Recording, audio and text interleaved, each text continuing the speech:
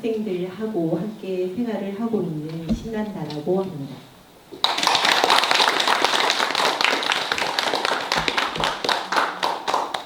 오늘 저희는 지금 보고 계신 것처럼 한국 청소년에게 일련의 자유를, 이런 오늘 취지로 마을 인생학교라는 곳이 앞을 보고 가고 있는, 그런데 스스로 원해서만은 아닌 그런 상황에 있는 청소년들에게 스스로 자기 삶을 만들어갈 수 있는 사색의 시간, 탐구의 시간을 주면 좋겠다 라는 취지로 이 자리를 마련했습니다. 그래서 오늘은 일부로는 정승관 선생님께서는 풀무농업기술고등학교에서 수십 년간 생활을 하시고 교장의 역할을 하시다가 지금은 강화도에 있는 꿈틀리 인생학교라는 덴마크의 애프터스쿨의 형태의 학교를 지금 교장의 역할로 소임을 맡고 계십니다. 그래서 일부는 정승관 선생님의 말씀을 통해서 우리 청소년들에게 왜 쉼이 필요한지, 왜 일련에 자기를 탐색하고 또 모두가 가는 길이 아니라 내 스스로 내가 가고 싶은 길을 찾아갈 수 있는 시간을 주어지는 게 얼마나 중요한 것인지에 대해서 선생님 말씀을 일부러 듣도록 하겠습니다. 그리고 잠시 다과의 시간을 가지고 2부에서는 마을인생학교 교육과정에 대해서, 그리고 마을인생학교 재학생과 졸업한 학생들을 통해서 어떤 학교인지 더 구체적으로 함께 공유하는 시간을 가질까 합니다. 네, 그렇게 1, 2부로 오늘 진행이 될 거고요. 이 자리에 이렇게 중학교 3학년 또 고등학교 1학년 부모님들과 또 그리고 또 중학생 또 순천에 계신 정승관 선생님을 뵙고자 하는 장흥에 계신 분이나 순천에 계신 분들이 이 자리에 함께 하고 계십니다. 네, 오늘은 이렇게 해서 첫 시작을 정승관 선생님 모시고 말씀 듣는 시간을 가지도록 하겠습니다. 네, 정승관 선생님 모시겠습니다.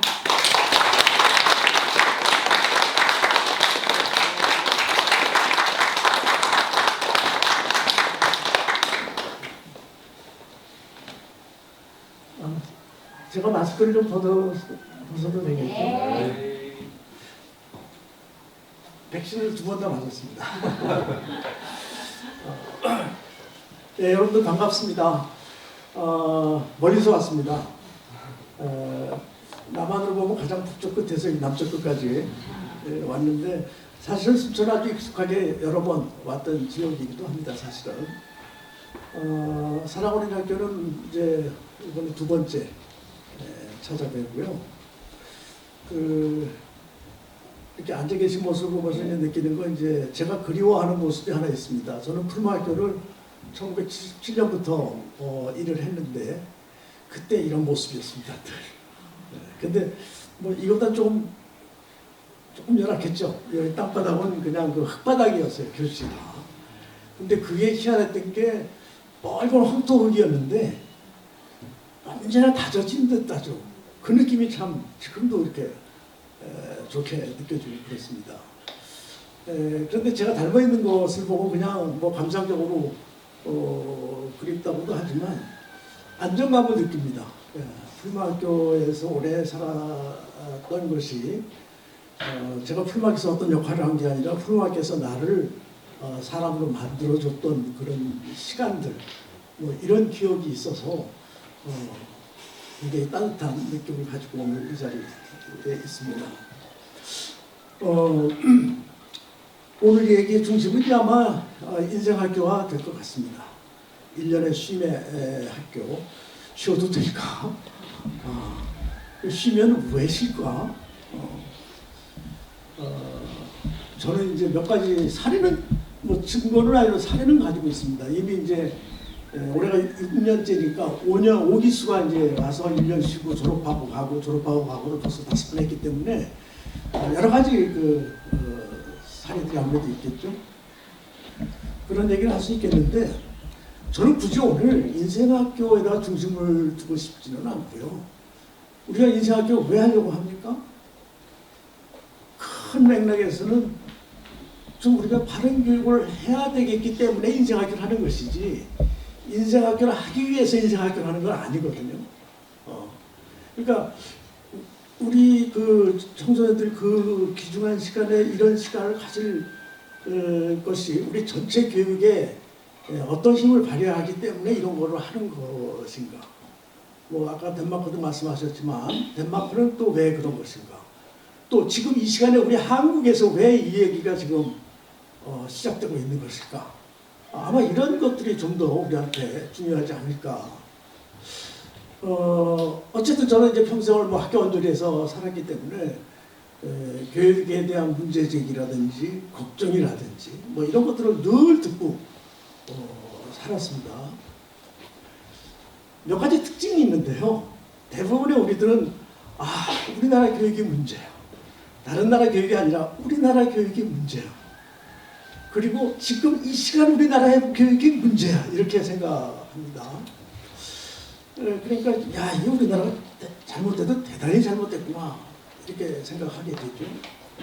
그리고 또 한 가지가 뭐가 있냐면 지금 우리 교육이 문제야. 어제까지는 좀 나았는데 지금 우리 교육이 문제야. 뭐 이렇게들 이야기합니다.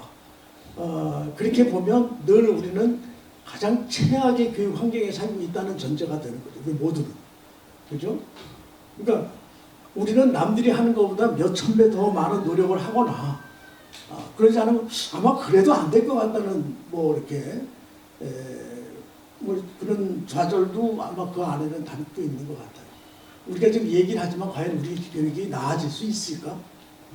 아마 안 나아질 거야. 그러려니까 뭐 사실 우리 여기 모여있는 우리들은 우리나라 교육의 일반 주류하고는 좀 다른 환경을 꿈꾸고 생각하고 뭐 이렇게 되는 거 아닐까요? 계속해서 이런 공간들이 나오는 게 바람직할까요? 우리 교육 전체가 좀 바로 가면 얼마나 좋겠어요. 부모님들도 이렇게 저 포항에서 여기까지 이렇게 힘 안 쓰셔도 되잖아요.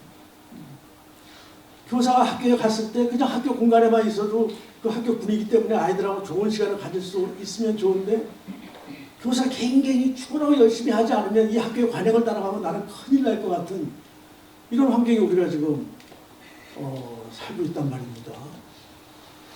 그런데 그것이 실제로 그렇기도 하지만 또 아닐 수도 있어요. 왜냐하면 10명의 교사가 똑같이 생각한다고 하면 저는 아니라고 보는 거죠. 이분들이 다 추구하는 거, 생각하는 거, 고민하는 게 같다고 하면 모으기만 하면 되고 바라보는 관점을 올바르게만 가지면 얼마든지 가능하고 요즘에 인생학교를 여기저기 관심을 가져서 예를 들면 이제 중국 교육청 같은 경우는 선생님들을 아일랜드나 뭐 덴마크 이런 데 한 3개월씩 이렇게 연수를 많이 보내세요. 갔다 오셔서 이분들이 이제 발표회를 하시거든요. 근데 그분들의 발표회를 보면 이런 말이 많아요. 그런데 이런 부분은 우리가 훨씬 나아요. 아일랜드보다 우리가 훨씬 좋던데요. 친정으로 잘하던데요. 이런 것들이 많아요. 그러니까 아까 제가 처음에 말했던 우리는 모든 면에서 가장 열악한 상태에 있다고 하는 건 아닐지도 몰라요. 그죠? 아마 아닐 거라고 저는 생각합니다. 문제는 이제 왜 그렇게 생각하냐면 우리 모두가 우리 교육의 주인들이 아니에요. 그러니까 내가 가지고 있는 관점으로 교육을 할 그 생각을 못 하고 있는 것이죠. 이 대세에 그냥 우리가 끌려다니고 있다고 생각하고 그럴 수밖에 없는 게 우리 운명이고 그러려니 우리나라 전체 교육 환경이 좋아져야 될 텐데 이게 안 된다는 좌절이 있는 것이죠.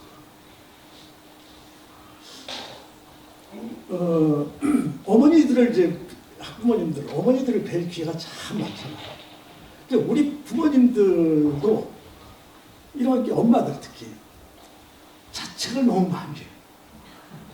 아이가 문제가 조금 있으면 내가 그때 이 아이를요 그때는 내가 먹고 살기 힘들어서 일하느라고 애를 많이 못 봐줬어요. 그랬더니 이제 아이한테 이렇게 어려운 게 오고 막 다 엄마들이 다 자책해요. 정말 열심히 내가 내 아이 위해서 열심히 노력했다는 사람은 한 명도 못 본 것 같아요. 그런데 그때 자기 아이를 이해하고 이렇게 지내는 걸 보면 원 세상에 저렇게 최선을 다하는 삶을 우리가 어떻게 살 수나 있을까? 그렇잖아요, 그죠? 최선을 다하지 않은 엄마 저는 뭐 본 적이 없습니다. 그런데 모든 엄마들이 그 모든 것을 자기한테 돌려요.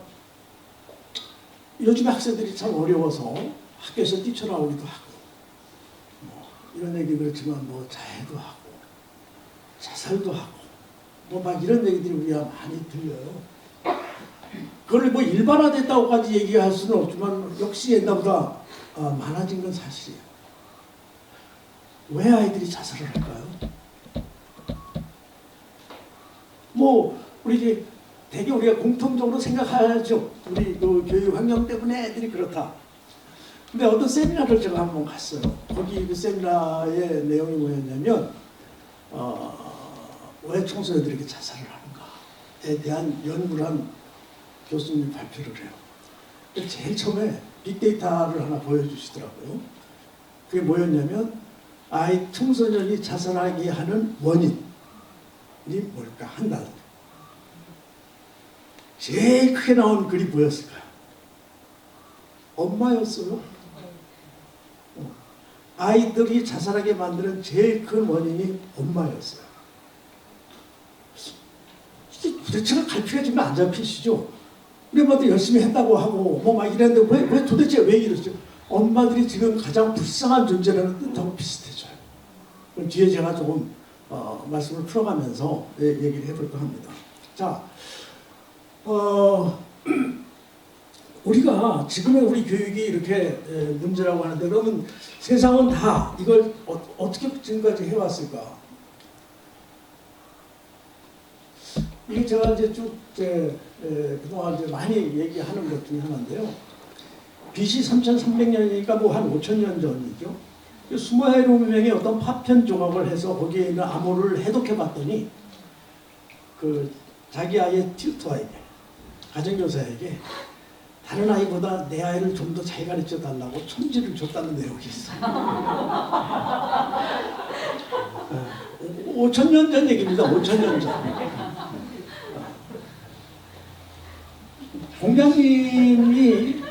공자님 뭐 BC 550년이니까 한 2500년, 2700년 되겠네요. 공자님이 뭐라고 하셨냐면 이렇게 하고도 여유가 있으면 공부를 해라. 이렇게 하고도 여유가 있으면 공부를 해라. 무슨 뜻일까요? 그 당시에 중국에서도 사전에 애들 공부를 엄청 시킨 거예요. 그거 우리 요새 뭐라고 그러죠? 미리 공부하는 거예요. 네. 그러니까 2500년 전에 중국에서도 우리 애들처럼 초등학교 들어가기 전부터 글자 가르치고 영어 가르치고 뭐 이러고 싶어 한 사람들이 쌓인 거예요. 모든 사람들이 그랬던 거예요. 그래서 공자님이 하도 답답해서 제대로 그릇을 만들고 그러고 나서 시간이 나오면 좀 공부시켜. 지금 우리하고 똑같지 않나요? 그죠? 지금 계속 우리가 선행학습 계속 시키고 있잖아요. 제가 보니까 인간이라는 존재가 좋아하는 게 딱 두 가지 있더라고요. 그냥 태어나면서 자연스럽게 좋아하는 거. 그 두 가지가 뭐냐면 하나는 배우는 거. 한 4살에서 5살 되는 애 옆에 가지 마세요. 아주 갔다가 곤란합니다. 왜? 이래서 그래. 왜? 이 아이들은 글씨를 그냥 배워요. 요즘 아이들은 더구나 인지 능력이 굉장히 빨라져가지고 이게 참 만 원을 내야 되는지 모르겠는데 우리 손녀딸이 글자를 안 가르쳤는데 글자를 알더라고요. 너 어떻게 글자 알았어? 그랬더니 어린이집 가서 애들 신발하고 그 위에 있는 그림하고 맞춰봤더니 그 글자가 그거더래요. 걔 이름이더래요. 이 아이들에게 그냥 놔두면 계속 알고자 하는 게 생기는 거죠. 근데 이것을 미리 땡겨놓으니까 다 애들한테 짐이 돼버렸어요. 그 짐이 돼서 공부가 싫은 거죠. 뭘 필요로 하는가? 사실 오늘 이제 그 인생학교의 뿌리 중에 하나가 이제 덴마크라고 하면 덴마크 교육의 핵심은 삶이거든요. 삶을 위한 학교, 삶을 위한 교육. 그게 바로 뭐냐면 내가 필요한 걸 내가 찾고 내가 필요한 역할을 내가 하고 뭐 이런 거를 이야기하는 것이거든요. 자, 첫째는 배우는 거. 두 번째 좋아하는 게 뭐냐면 흙이잖아요. 흙. 어렸을 때 흙을 먹기도 하잖아요. 요새 흙을 먹으면 큰일 나지만 우리 때는 뭐 흙 아무리 먹어도 뭐 그 안에 미생물이 더 있어서 더 좋았죠. 뭐 소아랜드 왕생에서 지금 다 큰 거로 나오고.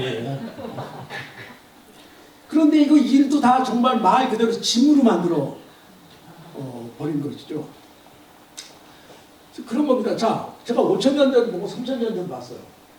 페스탈로치라는 분을 아마 저희가 학교 다닐 때는 페스탈로치가 굉장히 많이, 요즘은 잘 페스탈로치 얘기하는 분들이 별로 없더라고요. 페스탈로치가 어떤 분일까요? 많은 사람들이 이렇게 얘기해요. 굉장히 따뜻한 교육학자, 교육자들. 저 양반은 굉장히 진보적이다. 아주 사회에 대해서 신랄했습니다. 그러면서 이런 얘기를 해요. 아이들에게 지식을 한꺼번에 왕창 쳐넣는 것은 전혀 효과가 없을 뿐더러 어마어마한 해가 된다. 무슨 말인지 아시겠어요? 아이들에게 지식을 그냥 막 밀어넣어주는 거는 밀어넣었으니까 이만큼은 되겠지. 10개 놓으면 한 5개는 알겠지. 그런 게 아니고 하나도 모를 뿐더러 그걸로 인해서 방금 전에 내가 해가 되는 얘기 했잖아. 그렇게 했더니 애들은 이제 공부하기 싫어하기 시작한 거잖아요. 자기 공부하기 싫어하고 배우기 싫어하기 시작하는 거잖아요. 그러면 이거 뭘 얘기하냐면 페스탈로치는 이제 스위스의 철학자니까요. 스위스라는 나라도 우리하고 똑같았다는 것이죠. 우리가 보기에 스위스라는 나라는 굉장히 교육 선진국이고 착실하게 교육을 해왔을 것이라고 생각했는데 역시 그 페스탈로치는 뭘 보고 답답해했을까요? 그 당시에 스위스 사회에서 지금 우리하고 똑같은 모습을 봐주고 있었던 거죠. 아이들에게 엄청나게 공부를 많이 시켜서 많이 알게 하고 뭐 이렇게. 그렇다면 이제 덴마크 때 그건 제가 뒤에서 이야기할 필요가 있을 것 같아서 이번엔 좀 넘어가겠습니다.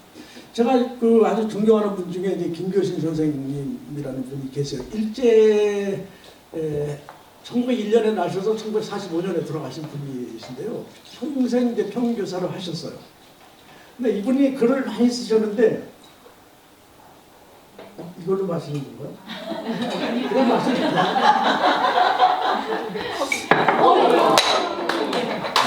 이거 제가 읽었습니다. 죄송합니다. 좀 긴장을 좀 풀려고 제가 이벤트를 좀 했습니다.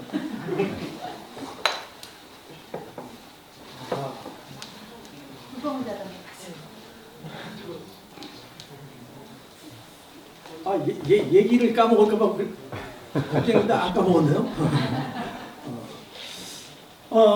이분이 글 중에 이런 게 있어요. 요즘 학교라는 게 도무지 소용이 없다. 얼마 전까지만 해도 학교를 나오면 최소한 취직이라도 됐으니까 최소한의 수준을 맞췄는데 요즘엔 그것도 안 된다. 그러니 아무 의미 없는 것에다가 모든 것을 다 바치는 것을 우상이라고 하면 요즘의 학교만한 우상이 없다. 요즘 우리가 얘기하는 거죠, 그죠? 요새 취직도 안 되잖아요. 그런데 거기다 우리 모든 걸 걸잖아요. 이게 최대의 우상이라는 글인데요. 놀라운 건 뭐냐면 이 글이 1934년의 글이에요. 그러니까 우리 마치 지금이 그렇다고 생각하는데 1934년에 똑같은 말을 하고 있어요. 그러니까 마치 우리는 얼마 전에는 그래도 학교 나오면 취직이라도 됐어. 이거 다 착시예요, 착시. 왜 그러냐면 학교를 나와도 자기 직업을 구하는 사람이 없어요. 왜냐하면 사람들이 직업에 대한 개념이 달라서 그건 다 희소 가치가 있는 것들이에요. 다 실패한 사람들이에요. 그러니까 학교 나와도 취직 안 된대. 요즘에 왜 요즘이에요? 1934년에 그 전에도 마찬가지. 그래서 코피 아난이 유엔 사무총장 할 때 유엔 선언 중에 지속 가능한 교육을 해야 된다. 지속 가능한 교육을 하라고 그러니까 그다음부터 우리나라에서는 이 말이 굉장히 유행을 하는데 다 뭐 하냐면은 무슨 뭐 생태 환경주의로 얘기해요. 그거 아니에요. 지금과 같이 이런 교육을 가면 인간은 소멸할 수밖에 없다고 얘기한 거예요. 지속 가능하려면 인간성을 제대로 할 수 있는 교육을 해야 된다. 그래서 2004년부터 2015년까지 10년 동안을 세계 교육을 지속 가능한 교육으로 변혁시켜야 된다. 이렇게 얘기한 거예요. 이거는 한국 교육을 얘기한 게 아닌 거죠. 유엔에서 얘기했으니까. 전 세계의 교육이 다 같이 똑같이 섞여 있는 것이죠. 2015년이 지났으니까 이제 망했겠다, 세상은. 안 망했잖아요. 그죠? 저는 안 망했다고 생각이 잘 안 들더라고요.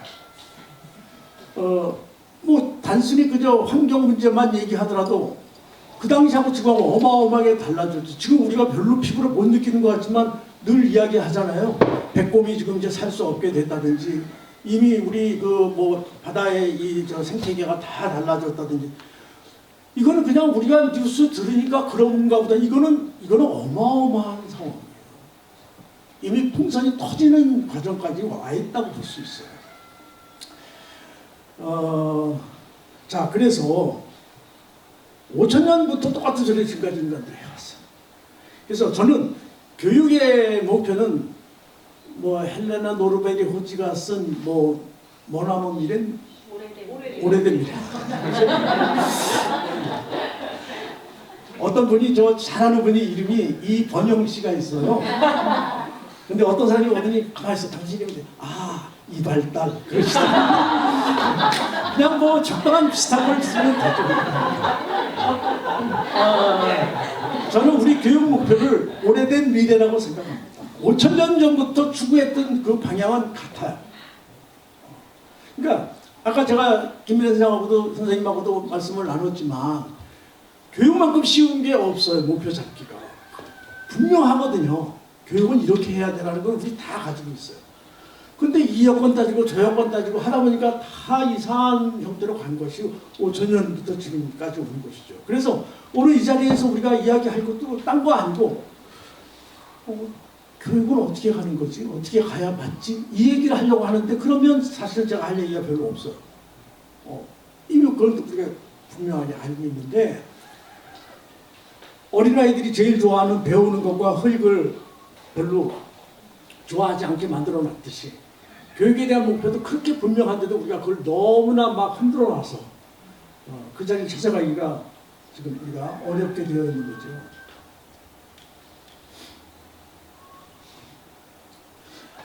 덴마크를 조금 말씀을 드리려고 하는데요. 덴마크라는 나라는 우리가 덴마크 하면 먼저 탁 떠오르는 건 바이킹입니다. 옛날에 그 북해를 그냥 주름 잡던 바이킹이 덴마크죠. 덴마크 국기는 옛날에 바이킹하고 만났어요. 지금의 그 스칸디나비아에 있는 노르웨이라든지 스웨덴이나 덴마크 땅이었습니다. 그 다음에 지금 덴마크 땅이 유틀란트 반도하고 소환하고 있는데 유틀란트 반도의 반 정도가 덴마크 땅이에요. 근데 유틀란트 반도의 제일 아래까지도 원래는 다 덴마크 땅이었어요. 그런데 19세기에 그 18세기 나폴레옹 전쟁에서 나폴레옹 편에 섰어요. 그래서 다 뺏겼어요. 그리고 나중에 독일하고의 전쟁에서 그나마 있던 땅도 또 뺏겼어요. 그래서 지금의 덴마크가 된 겁니다. 그 당시에 덴마크 국민들의 심정이 어땠을까? 우리는 코로나가 대한민국이 제일 많어 라고 한동안 했을 때 저는 밤에 잠이 안 오고 너무 억울하고 막 내가 나를 흉보는 것보다 더 신경질이 나더라고요. 미치겠더라고요.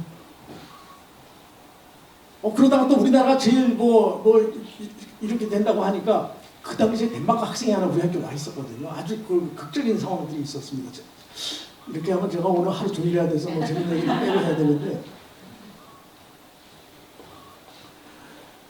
사람들은 자기 일보다 나라가 내가 속해 있는 공동체의 일이 더 큰 것 같아요.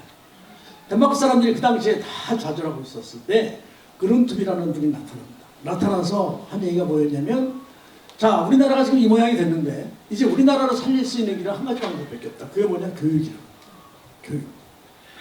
자, 그러면 지금까지 덴마크가 교육을 안 했냐고요. 글쎄. 왜 안 했겠어요? 덴마크 그때까지 교육 잘 해왔죠. 열심히 해왔죠. 그럼 그런 소리는 도대체 무슨 얘기를 한 걸까? 지금까지 교육이 틀렸으니까 맞는 교육하자고 쉽게 말하면 그런 얘기죠. 그리고 그 당시까지 했던 그들의 교육은 지금의 우리 교육하고 닮아 있어요. 그 당시에 유럽은 이 라틴어가 굉장히 유행할 때여서 라틴어 몰입교육 같은 거, 우리는 이제 영어 몰입교육 하듯이 이런 교육이었어요. 그걸 아주 잘해온 나라였기 때문에 그룬트비가 이야기하기를 지금까지 내가 배워온 것은 죽음의 교실이었다. 그 학교는. 죽음의 교실이었다. 이제부터 우리는 삶을 위한 교육을 해야 한다. 삶을 위한 교실이 해야 된다. 이게 이제 그룬트비의 이야기였어요. 그게 300년 전 이야기입니다. 우리도 지금 그렇게 하면 될 텐데. 그죠? 왜 안 할까? 가끔 생각해봐요. 자, 제가 풀막교에 있을 때 풀막교 교육 사례를 강의하러 많이 다녔어요. 뭐 선생님 직무연 수도 있고 이제 그렇지 않겠습니까? 그래서 풀막교에서 아이들하고 활동하는 것들을 얘기를 막 하면 선생님들 눈이 반짝반짝해요. 선생님들 알잖아요, 사실. 내가 하고 싶은 게 그거였어. 이러니까 서로 의사소통이 너무 잘 돼요. 그런데 저도 그렇고 듣는 사람도 그렇고 마음 한쪽에 허한 게 있어요. 그게 뭐냐면, 그런데 내가 학교 공간에 가면 이거 할 시간이 있을까? 이거 할 수 있는 여건이 될까? 그런 소리 많이 들었어요. 그렇게 해서 좀 열심히 해보는 선생님들은 이런 소리 듣는데, 김 선생님 왜 그래 혼자. 이해되시죠? 저는 뭐 전교조 선생들은 색출하는 방법이 뭐 학생들을 위해서 희생하는 선생님 뭐 이런 것들이 뭐 보셨잖아요, 그죠? 나름대로 열심히 하면 그런 시각들을 또 받아요. 자, 그러면 왜 그럴까? 왜? 제가 보기에는 지금 우리나라의 교육은요, 저는 희망을 갖고 있어요. 왜냐하면 얘기를 해보면 학부모나 학생이나 교육 담당자나 교사나 이미 생각은 다 바뀌었어요. 옛날 같지 않아요. 교육청 들어가서 그분들하고 다 얘기해봐도요, 저하고 똑같은 소리를 그들도 다 해요. 이미 생각은 다 바뀌었어요. 제가 희망이 있다는 건 뭐냐면, 인류 역사를 보면 제도 때문에 못 풀어가는 것 같았지만 인식이 바뀌면 바뀌더라고요. 그래서 저는 바뀔 거라는 희망을 가지고 있어요. 근데 왜 우리가 이게 못 바꿨을까? 자, 우리한테는 과거가 있어요. 멋진 과거가 있어요. 왜? 우리는 교육이 우리나라를 이렇게 단순간에 끌어올렸어요. 교육을 통해서 세계에서 가장 가난했던 나라에서 이렇게 잘 사는 나라가 되어왔어요. 뭐 이런 거잖아요. 그러니까 그거는 뭐하고 같은 등식이 돼버리냐면, 공부를 무지하게 시키면 그렇게 돼. 이거하고 등식이 되는데 과연 그럴까요? 이게 줄서기 교육이라는 게 딴 게 나쁜 게 아니에요. 우리가 보통 뭐 10%만 행복했다 그런 얘기 하는데 저도 그것도 아니라고 생각합니다. 하여튼 10% 정도를 모든 사람들이 원하는 직업을 가졌으면 나머지 모든 직업은 실패한 자의 직업이 되는 거죠. 그죠? 어떤 일이든지 다 그 일이 가지고 있는 정체성이 있는데 그런 정체성 무시하고 하는 것이잖아요. 그래서 우리는 그 아이들에게 이 학습 공부시키는 거에 대한 포기를 못해요. 근데 덴마크는 그때 너무 열악하다 보니까 포기했어요. 그래서 정확하게 학교 교육을 삶을 위한 교육으로 들어간 거죠.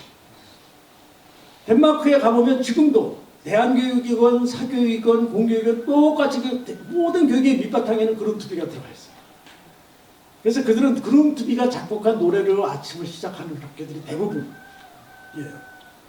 그러면 300년 동안 그렇게 쓰면 우리의 시각대로 보면 덴마크는 망했어야죠. 공부를 적게 시켰으니까.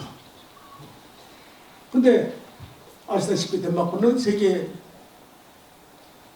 행복순위 1위 국가를 계속 석권하고 있어요. 뭐 수치로 봐도 GDP라든지 뭐 1인당 국민소득도 뭐 우리가 굉장히 앞서 있어요. 왜 그런가? 왜 그럴까? 덴마크의 산업, 제일 유명한 산업이 혹시 뭔지 아세요? 아실 분들이 몇 분 계실 것 같아요. 연세가 좀 드신 분들은 알아요. 다. 낙농. 덴마크 낙농 지금도 잘합니다. 그러니까 덴마크나 유럽의 몇몇 농업을 굉장히 보존하고 있어요. 그래서 잘 진행이 되고 있는 건 사실이지만 지금 덴마크의 산업의 최중심은 낙농이 아닙니다. 뭐냐면 디자인이에요, 디자인. 우리 디자인하면 옷 디자인 생각하는데요. 디자인 아닐 게 없어요. 이것도 디자인이고요. 자동차도 디자인이고요. 건물도 디자인이고요. 그래서 덴마크는 전 세계 디자인을 수출하는 나라예요. 뭐 우리가 잘 알고 있는 덴마크 사람들의 그룹 투비는 이런 얘기를 했어요. 나는 우리도 혼자만 떠들고 청중들이 살아있는 대화를 통해서 어떻게 일반적인 참여와 소통으로 옮겨가는 거에 대해 이해하지 못하는 한 우리는 사기치고 있다.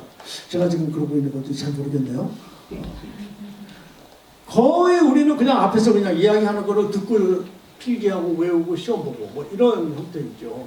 저는 학교 원전에서 계속 살면서 아이들과 공감이 안 된 상태의 가르침이라는 게 의미가 없다는 걸 너무 많이 알고 있어요.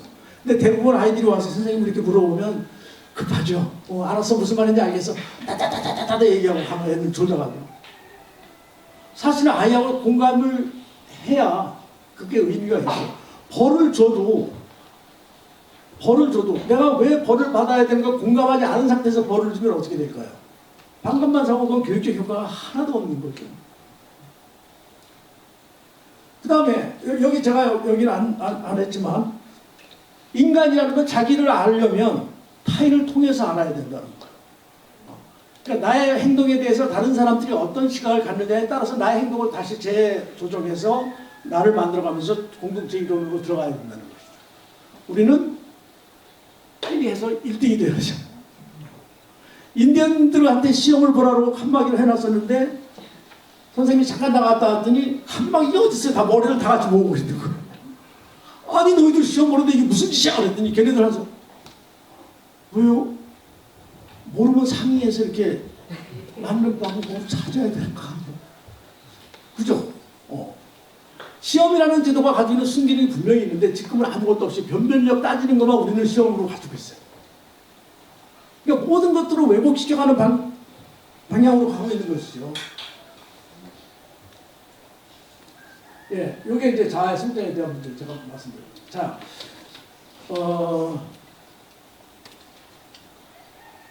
그 덴마크는 참 교육을 잘해요. 그래서 행복한 나라가 됐어요. 그런 덴마크가 2014년에 교육개혁을 해요. 그러니 우리 지금의 덴마크 교육도 따라가기 이렇게 버거워 죽겠는데 개혁을 또 해가지고 그거까지 따라가는데 큰일 났어요 우리. 그런데 이게 재밌는 게 또 뭐냐면요. 덴마크 정부가 교육개혁을 할 때 그러면 모델을 좀 있으면 좋겠잖아요. 그때 덴마크가 찾은 모델이 대한민국이에요. 그 당시에 덴마크의 정치가 교육 전문가 이 사람들이 대한민국의 교육을 참고를 해요. 이건 또 뭐지? 지금도 여기 웃음소리가 나와요. 우리는 더 웃긴 사람 하나 있죠? 오바마 뭐 한국 교육을 배워야 된다. 뭐 이런 소리 많이 했어요. 근데 그런 소리 하면 우리가 다 웃었죠. 근데 저는 그래도 좀 이게 뭐지? 아니 오바마라는 사람은 세계 모든 정보를 가지고 있는 사람이야. 한국 교육 때문에 한국이 겪고 있는 어려움을 모를 리가 없어. 그래서 그냥 뭘까 생각했어요. 근데 덴마크에서 그렇다고 하니까 이건 조금 의아했어요. 그런데 덴마크라는 사회는 우리가 잘 알다시피 특히 이제 그 북유럽의 모든 국가들이 그래서 복지제도가 아주 잘 다져진 나라들이죠.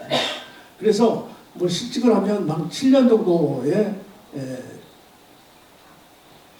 보장을 해주고 그러다가 요즘에 이제 유럽도 굉장히 어려워지기 시작하니까 복지가 줄기 시작해요. 줄기 시작해가지고 뭐 한 2년 정도로 줄었어요. 앞으로 어떻게 될지 모른다고 그래요. 자, 그러면 덴마크 사회에서 어떤 움직임이 생기냐면 지금 있는 사람들이 견디고 살 수밖에 없지만 앞으로 거기에 가야 될 청년들이 두려워지기 시작하는 거예요. 어쩔 줄을 모르는 거죠.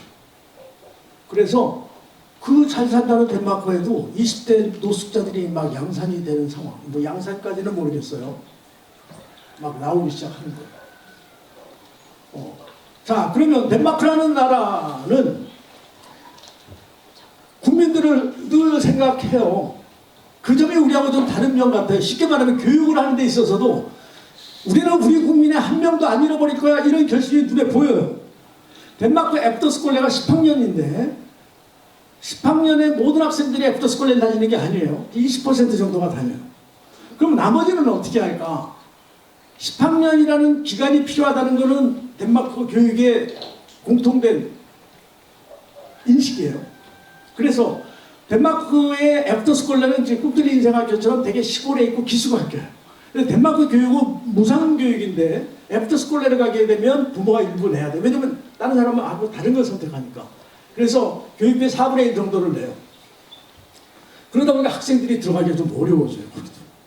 그렇게 잘 사는 나라에서 어렵고 그렇지 않잖아요. 잘 사는 나라라는 게 개인이 잘 사는 것도 있지만 거기는 세금이 50% 이상 되는 사람들이 많은 나라니까요. 그래서 일반 학교에서 등하교하는 10학년 학교라는 게 나와요. 거기 다니는 학생들도 있고 또는 직업학교를 가는 애들도 있어요. 덴마크도 우리처럼 의무교육을 지향하는데 우리나라의 의무교육은 학교 갈 의무예요. 그죠? 그러니까 초등학교나 중학교를 안 보내면 부모님은 일단 불법을 한 겁니다. 그래. 무조건. 이 사랑어린 학교 다니는 애들 다 부모님 불법이에요. 네. 아시죠? 예. 그런데 거기는 정말 말 그대로 의무교육이어서 홈스쿨링도 교육으로 인정을 해서 국가가 지원을 하는 구조. 그 다음에 그 아이들 중에 이런 애들도 있어요. 우리도 있죠. 아, 나는 공부 너무 싫어. 나 그냥 바로 나가서 돈 벌래. 이런 아이들이 있어요. 그냥 나가서 돈 벌기 시작해요. 그러면 정부는 어디에다가 중점을 두고 볼까? 아직도 여기에 마음에 안 드는 어떤 다른 애들이 있나 찾아다니거나 중3 마치고 나서 나는 돈 벌러 갈래 한 아이들을 가만히 보니까 저 어린 나이에 제가 결심한 게 저희 최종 결심일까? 아닐 것 같은데 조금 있으면 후회하고 학교로 오고 싶어 할 것 같은데 해서 2년짜리 고등학교를 만들어요. 그래서 그렇게 나갔던 애들은 그 학교로 돌아오면 다시 어린 취업 다시 시작을 할 수 있어요. 그러니까 예를 들어서 뭐 우리 같은 경우는 야 너희들에게 우리는 기회평등 이런 얘기 우리 많이 해요. 네가 안 했지. 기회는 똑같이 줬어. 사실 똑같지도 않은데. 그래서 저 앞에 가는 몇 명이 되고 여기가 못 되면 이건 평등해서 못 된 거야. 너희들이 못 되고 이건 평등한 거야. 그럴까요 과연? 그리고 이 사람들에 대한 대처가 별로 없죠 사실은. 자, 그래서 한 명도 놓치기 쉽지 않아요. 그러면 덴마크 교육이 지금까지 좋았고 덴마크는 행복한 사회였으니까 그럼 그대로 가면 될까? 세상이 변했잖아요. 지금까지 덴마크의 교육은 사회복지가 잘 갖추어진 사회에서 훌륭한 시민으로 키우는 교육을 해왔죠. 근데 이제 그런 시대가 아닌 시간이 된 거예요. 그러면 국가는 교육에 대한 고민을 해야죠. 당연히 해야 되겠죠. 그렇게 해서 생각하는 게 한국 교육이었어요. 그러면 도대체 한국 교육에 뭘 배우게 되는 걸까? 우리가 생각해보면 도대체 배울 게 없는데 아까도 얘기했지만 지금 우리는 최악의 상태에 있는데 그런데 그거를 그들의 입으로 들었어요. 꿈틀린 인생학교 설립한 오연원 씨가 덴마크에서 그룬트비 상을 수상했어요. 아주 그 권위 있는 상입니다. 그런데 그 그룬트비 학회장이 수상 이유서를 쓰고 있는데 그 중에 이런 게 나와요. 우리가 2014년에 교육개혁을 했는데 그때 우리는 한국을 봤다. 그리고 한국 교육계에서 우리가 집중적으로 본 것이 두 가지다. The goal-oriented teaching과 a longer school day. 자, 목표 지향적 교육. 그 다음에 장시간의 학교 수업. 이 두 가지는 정확하게 우리 교육을 망친 겁니다. 점수를 많이 다는 목표를 가지고 그냥 다녔잖아요. 또 그걸 하기 위해서 학교가 오래 잡아놨잖아요. 이거 우리 교육을 가장 망친 두 개의 핵심 단어. 근데 또 어떻게 보면 잘해보려고 노력하다 보니까 채택한 방식이기도 하죠. 그죠? 잘 못 써서 그렇지. 또 다시 말하면 저 용어 자체가 교육적 함의를 담지 못한 단어일까요? 그렇지는 않아요. 어떻게 하느냐가 문제가 되겠죠. 그들도 알고 있어요. 그 밑에 나오는 내용을 보면 그런데 한국에서는 교육을 이렇게 했더니 저는 아니라고 뭐 10%도 아니라고 생각하지만 10%만 행복하다고 그러던데 이런 얘기를 해요. 그러니까 그들은 그들 방식대로 이것을 키워나갈 것입니다. 그러니까 그 뭐 복지사회에서만 그냥 살아갈 아이들에게 자기 스스로 힘을 키울 수 있는 노력이 필요하다고 하는 것을 담겠다는 것이 덴마크 교육개혁의 핵심이에요. 그리고 지금도 그들은 이제 그걸 하나하나 가고 있습니다. 우리나라는 이제 어떨까 한번 생각해 봤어요. 아주 그 신기한 게 하나 있는데요. 아까 그런트비가 나라가 이렇게 다 쪼그라들었을 때 교육을 통해야 된다고 했는데 우리나라에도 똑같은 사례가 있습니다. 그게 1907년에 평양 을밀대에서 도산 안창호 선생이 강의를 하는데 이렇게 얘기를 해요. 1907년이면 1905년에 을사늑약이 지나갔죠. 이미 나라는 빼앗긴 상황입니다. 사실 합방은 10년이지만 그때 도산이 뭐라고 얘기하면 우리가 지금 이 모양이 되는데 우리를 살릴 길은 교육밖에 없다. 똑같은 얘기죠. 그 두 번 얘기 아닙니다. 컨닝 안 하셨어요. 그리고 그 자리에 누가 있었냐면 남강 이승원 선생이 있었어요. 남강 선생은 도산보다 손이 있지만 그 말을 듣고 남강 선생이 무릎을 치고 자기 고향에 가서 학교를 만든 게 오산학교입니다. 근데 그 오산학교를 만들 때 동네 사람들이 비아냥거리기 시작해요. 뭐라고 그러냐면 아니 나라를 구하기 위해서 학교를 만든 데는 좀 일찍이나 하지. 나라 다 뺏겼는데 뭘 인대한다고 그래. 그러니까 남강이 이렇게 얘기를 해요. 10년 누워있는 환자한테 7년 먹은 쑥이 필요하다 그런다. 어떻게 할까? 7년 써야죠. 그 전에 돌아가실 수 있겠죠. 물론 최선을 다해야 돼요. 근데 그 방법 아니면 아닌데 계속 딴 것만 하고 앉아있어요. 우리 교육을 계속 손질을 하는데 본질적으로 하는 게 아니에요. 맨날 거기서 또 다시 돌아가고 또 다시 돌아가고 이렇게 가는 것이잖아요. 교육에 본질적으로 가봐야 된다는 것인데 그걸 여태까지 못 해온 것이고요. 불행히도 우리는 이제 그 이후에 뭐 일본에 이제 갔다 보니까 뭐 덴마크하고 하는 상황이 좀 다르기는 했지만 그 일부가 그 이후에 해방된 다음에 만든 학교가 풀학교 됩니다. 거기에 이제 참여했던 분들이. 자, 그건 이제 서적이고요. 우리나라는 지금 어떤 상황일까? 뭐 아까 제가 잠깐 표현을 했지만 지금 중학교 학생들이 정말 어렵죠. 뭐 중2병 얘기도 하고 무슨 뭐 김정은이 못 쳐들어오는 게 아니라 이제는 뭐 우주인이 못 쳐들어온다고 그러더라고요. 이 중2 때문에. 근데 중2가 왜 그럴까? 요새는 뭐 사춘기도 빨라져서 초등학교 한 4학년 되면 사춘기 한다고 그러는데 뭐 그렇기도 하고 여러 가지 이야기가 있어요. 근데 제가 보면 이런 부분들이 있습니다. 아까 제가 우리 손녀딸이 우리 손녀들 얘기하면 해야 되는데 글씨를 그렇게 배우니까요. 얘는 천재일 것 같다는 생각이 듭니다. 그리고 그건 우리 딸내 아이인데 우리 아들내가 또 아들을 낳았는데 걔네 장모님이 그러시더래요. 이 지우는 좀 다르다. 좀 잘 키워봐. 다 그렇게 잘하셨죠? 다 그렇게 좀 키우고 계시죠? 그런데 초등학교 한 2, 3학년쯤 되면 알아요. 거기까지는 아닌 것 같아. 그런데도 이상한 거는 선행학습을 끊임없이 시키고 사교육을 도저히 못 참고 끊임없이 시켜요. 안 되는 거 알면서도 왜 시킬까요? 또 애들은 또 왜 또 그걸 국으로 따라다닐까요? 우리는 어느 대학을 다 보내고 싶어 할까요? 우리나라에서는? 네? 스카이. 뭐 스카이도 있죠. 의대도 있고. 제가 아는 정답이 하나 있는데 그건 뭐냐면 현재 내 점수보다 10점 높은 학교다. 그러니까 어쨌든 10점 높아지면 10점 맞고 행복이 커질 것 같다는 이제 이런 게 있는 거죠. 어차피. 그러니까 끊임없이 하는 거예요. 사실 아님에도 불구하고. 그런데 최근에 와서는 스카이를 나와도 취직이 안 된대. 아니 그러면 걔네들 다 안 되면 나는 뭐지? 내가 이렇게 있어서 될까? 딴 걸 해보려는데 아무것도 가르쳐 준 게 없어요. 점수 올리는 방법밖에는 거의 우리가 몰라요.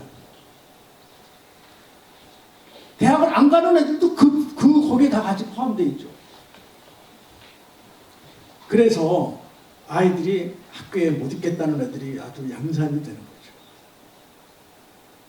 근데 옛날에는 좀 말썽도 일으키고 선생님한테 하도 매 맞다 보니까 아파서 학교 못 가겠어부터 시작해서 뭔가 이유가 있어서 안 갔어요. 엄마는 학교에 몇 번씩 불려왔다 갔다 했죠. 근데 이거는 성적도 중상쯤 돼서 조금만 하면 할 것 같고 한 번도 부모님 말씀 어긴 적 없고 학교에서도 뭐 언제나 모범생이고 이런 애가 갑자기 학교 안 가겠다.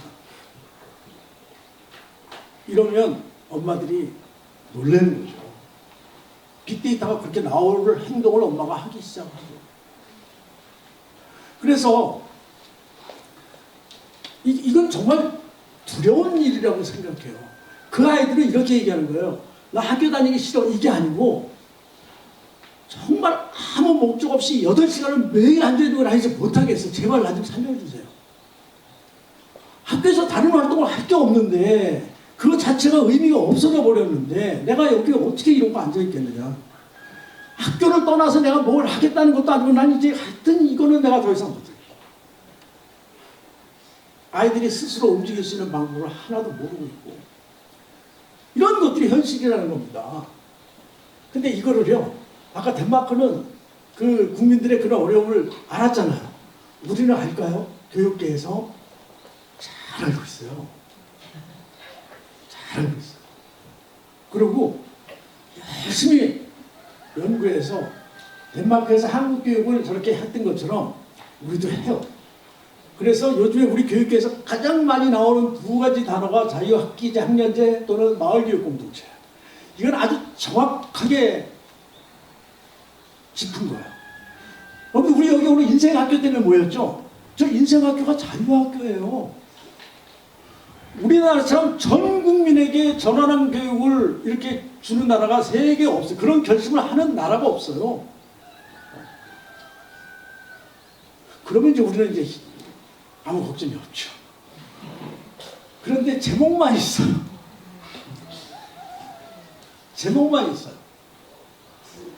여러분들 자유학기제가 전환교육이다라고 인식해 보신 분 계세요? 혹시? 마을교육 공동체가 뭔지 혹시 아세요? 마을교육 공동체를 연구한 학자들이 굉장히 많은데 학자마다 달라요. 아무 개념을 제대로 갖지 못하고 있어요. 이게 문제라는 거예요. 그러니까 우리 교육은 어느 나라보다도 역동적이에요. 어느 나라보다도 이유를 찾고 목표를 찾고 방식을 찾는데 정말 열심히 해요. 제가 일본하고 우리하고 가끔 비교를 해보는데요. 일본은 어떤 제도를 가지고 올 때 정말 세밀하게 조사해요. 그리고 기초조사도 정말 저벽도 완벽하게 해나가요. 그 다음에 거기에 대해서 우리에게 어떻게 맞을까를 하나 재단을 해요. 그리고 시행해요. 우리는 쑥 갖고 와서 해. 이래요. 누가 좋을까요? 나는 우리나라가 훨씬 좋아. 일본은 재다가 포기해요. 재다 보니까 이거 도저히 안 되겠어.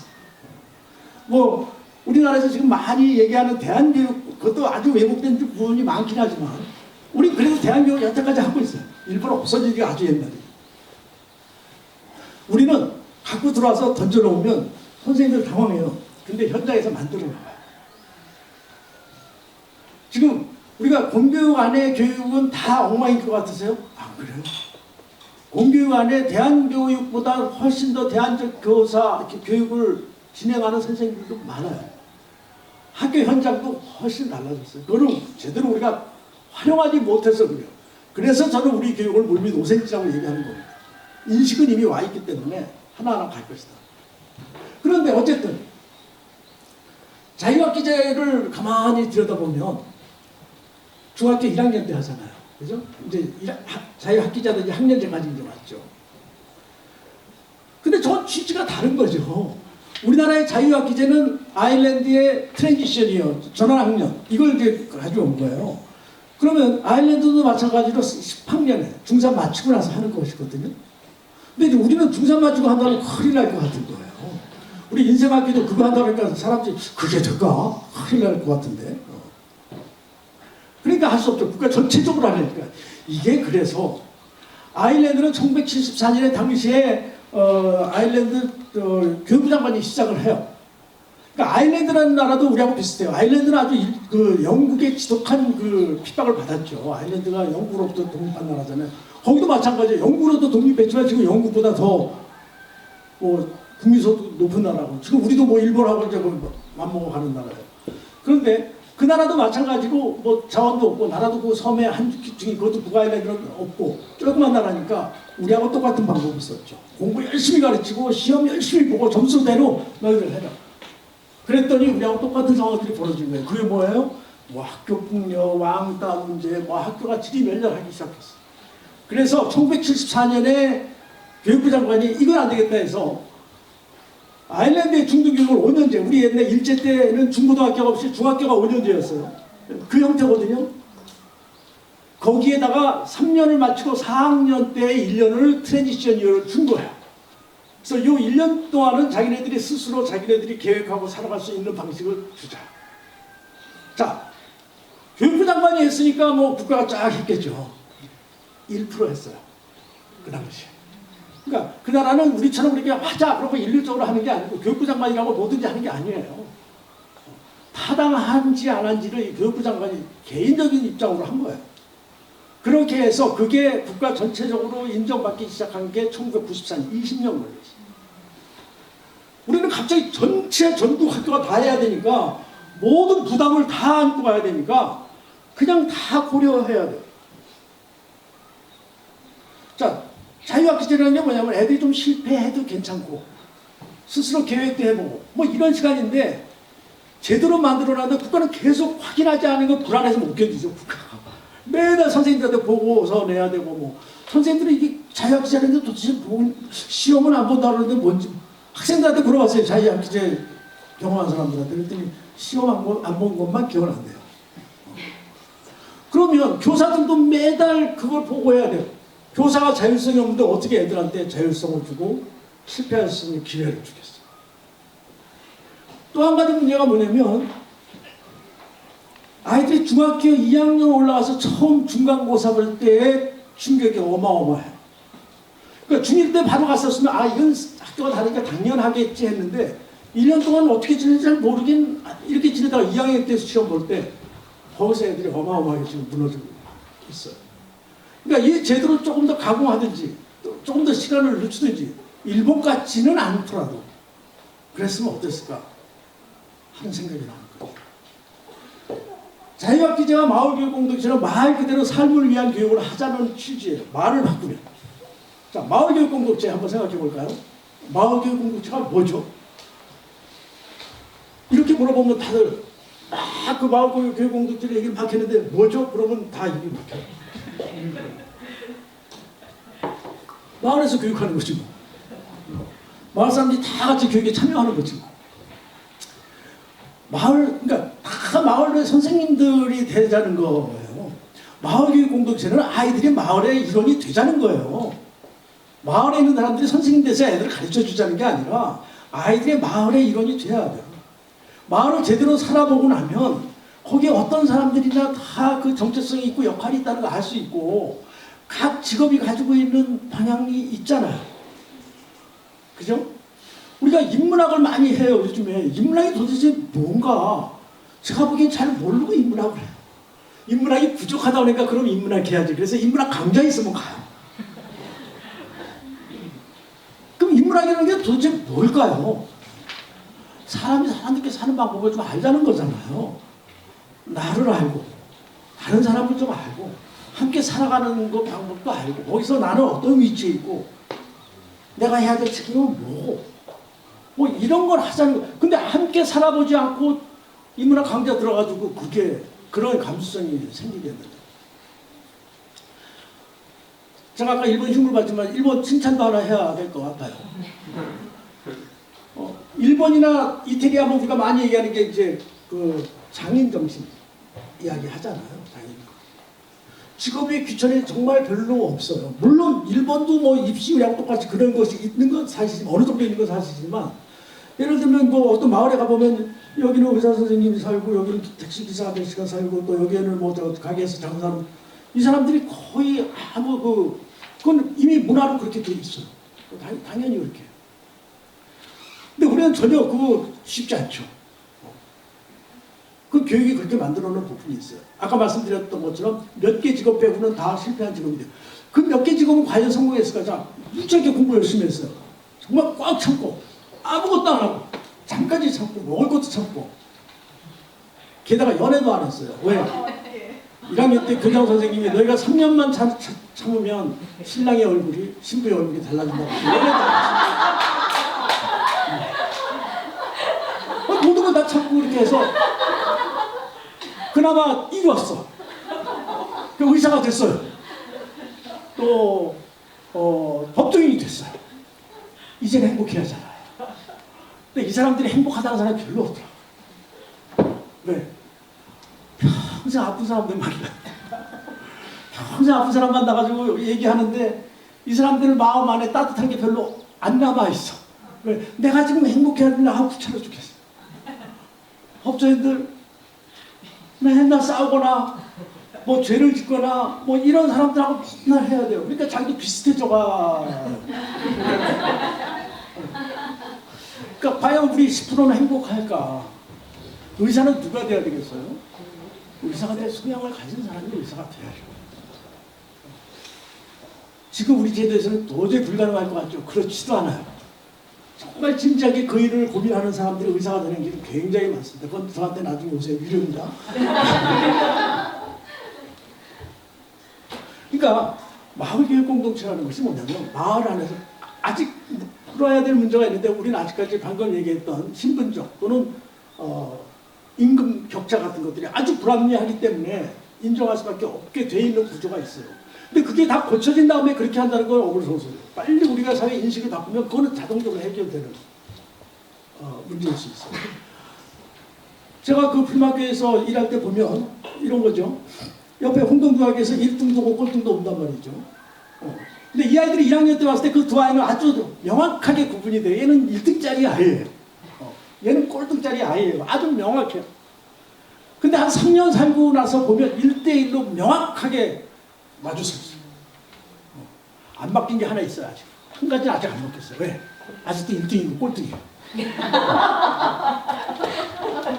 아니 그럼 뭐가 바뀌었다는 거야. 1등 꼴등이 걔네들의 정체성의 모든 건데 3년 같이 살아보니까 1등짜리가 꼴등한테 배워야 될 것도 많았어. 동아리 활동 같은데 걔한테 지시도 많이 받았어요. 그리고 정말 얘가 능력이 있는 활동들이 많았던 거예요. 그러니까 그 두 아이 사이에서 3년 동안에 가장 큰 배움이 생긴 건 누구? 1등짜리야. 걔는 고만 보고 살 뻔했는데 아 내가 같이 살 수 있겠다. 저들에게도 도움을 받을 수 있겠고 저들을 인정하고 살 수 있겠다.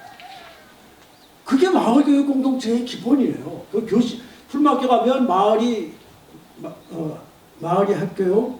갑자기 뭐 하여튼 지역이 학교의 교실이다 이런 표현을 써요. 그래서 마을 안에서 함께 사는 그 경험이라는 것이 굉장히 중요해요. 누가 누구를 가르치는 이런 측면의 문제가 아니라 마을교육 공동체는. 그래서 어쨌든 우리나라의 교육을 고민하는 분들도 저는 충분히 고민하고 있다고 생각하고요. 정말 많은 노력들을 하고 있어요. 근데 이것을 우리가 어떻게 풀어나가느냐 하는 것은 제가 보기에 지금은 메커니즘의 문제예요. 그러니까 저희가 가지고 있는 인식들 여기에 있는 우리들만이 아니고요. 저 바깥에 있는 많은 사람들 우리하고 좀 공감하고 있는 사람들이 정말 많거든요. 용기를 내도 괜찮다. 그런 생각을 하는 거죠. 저는 오늘 여기 오라고 그러셔서 이제 오긴 오는데 한 5분 앉아 계실 것 같다. 이러고 왔어요. 정말로. 이렇게 많은 분이 와 계실 줄은 몰랐네요. 어쨌든 이제 제가 제 말씀이 요즘 사실 지금 다 드렸다고 볼 수 있어요. 우리 교육이라고 하는 것은 기본은 분명해요. 아까 오래된 미래에 말씀드렸던 것처럼 그것을 계속 왜곡시켜온 이 과정 속에서 있었던 것이고 왜곡이라고 하는 것도 타당하지 왜곡 자체가 타당하지 않죠. 어쨌든 이유 없이 엉망으로 만들어 온 것들이죠.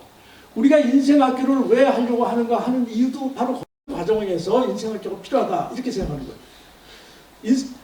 전환교육을 대안교육이라고 얘기하시는 분들도 많이 계세요. 근데 대안교육하고 조금 차이가 저는 있다고 구분을 합니다. 이제 대안교육이라고 하는 것은 기존의 교육보다 좀 더 어떤 특정한 철학을 좀 더 강화시키기 위해서 병렬로 가는 거죠. 병렬. 일반 고등학교 1, 2, 3학년이면 대학교 1, 2, 3학년 이렇게 가잖아요. 이렇게. 근데 전환교육은 기존의 교육의 밑받침이 되겠다는 것이죠. 그래서 1년 동안 뭐 덴마크도 그렇고 아일랜드도 그렇고 10학년에 한 거는 이유가 있다. 우리 교육과정도 10학년이 국민공무원 교육과정 뭐 어쨌든 그것이 모르지만 하여튼 10년 정도 해서 자르거든요. 10학년. 그러니까 생물학적으로 인간이 그때쯤 되면 자기 정체를 가지고 다음 발을 내딛는 것이 맞다고 하는 것이 아마 대개는 공통적인 것 같아요. 그래서 10학년쯤 되면 그 생각을 가지고 그 이후에 이 아이들이 자기 인생의 방향을 잡아서 가는 게 좋겠다. 제가 이제 한 오기수 졸업생이 나오고 보니까 처음에 학교를 만들 때 몇 가지 오해가 있었어요. 왜냐면 우리도 아직도 한 번도 안 해본 것이니까. 이제 첫째는 많은 분들이 그걸 물었어요. 이 예민한 시간에 1년 늦으면 애들이 굉장히 힘들지 않을까. 그 다음에 이 예민한 시간에 1년 동안에 학습이 단절되니까 그건 안 되겠는데.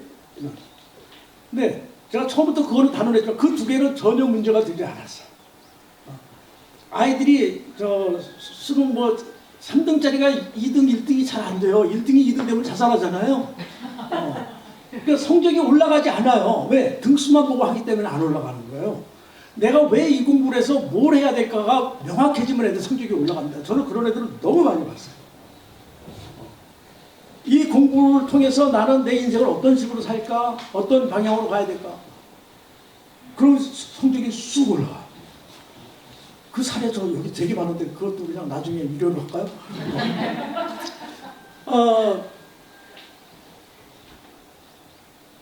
스미고사가 굉장히 어렵다고 그러는데 제가 아는 많은 아이들은 스미고사 1차에 다 합격했어요. 이건 점친 것도 아니고요. 명확하게 그들의 마음을 보면 보여요. 그래서 얼마나 우리가 그 일에 집중하고 있느냐 하는 것이 굉장히 중요하다고 생각하는 것이거든요. 꿈틀리를 졸업한 아이들을 보면 그게 보이는데요. 꿈틀리에서 영어 수학을 처음에 해야 되나? 하다 안 했어요. 왜? 아니 맨날 그것만 하는 데서 안 되는데 여기 와서 산만하게 살면서 그게 될까? 물론 외국어도 하고 다 해요. 근데 그런 식으로 안 하는 것이죠. 재밌게 하는 방법이 있어요. 자꾸 양말 올려드리거든요. 근데 이 아이들이 졸업하고 나서 보면 공부를 해야 되는 애들은 옛날보다 훨씬 더 정말 우수한 성적으로 대학도 잘 가고 그래요. 또 자기 나름대로 명확하게 자기 입장을 청하는 아이들이 있어요. 제일 중요한 건 뭐냐면 안 되는 아이들. 이 아이들이 계속 학교로 와요. 그냥 포기하지 않아요. 그리고 이 아이들이 와서 선생님들하고 얘기를 많이 하고 가거든요. 근데 할 때 가만히 옆에서 들어보면 선생님 내가 이렇게 노력했는데 안 돼서 어떻게 하면 좋아요? 선생님 방법이 이게 아니고 이미 많이 생각하고 온 거예요. 많이 생각하고 고민하고 와서 그 얘기를 쏟아놔요. 그래서 이것에 대한 긍정도 듣고 거기에 대한 조언도 받고 그래서 스스로가 살아가는 방법을 이미 찾고 있다. 그 아이들은 지금 어려운 것이지 장기적으로는 얼마든지 살아갈 수 있을 것이다. 그럼 확실히 한 5년 동안 들었어요. 근데 제일 처음에 학교를 시작하면서 이제 착각했던 게 하나 있었어요. 자, 꿈틀리 인생학교는 아이들이 행복해져야 되는 학교잖아요. 어쨌든 행복이라는 거를 키워드로 딱 앞에다가 오현우 씨가 달고 했었으니까.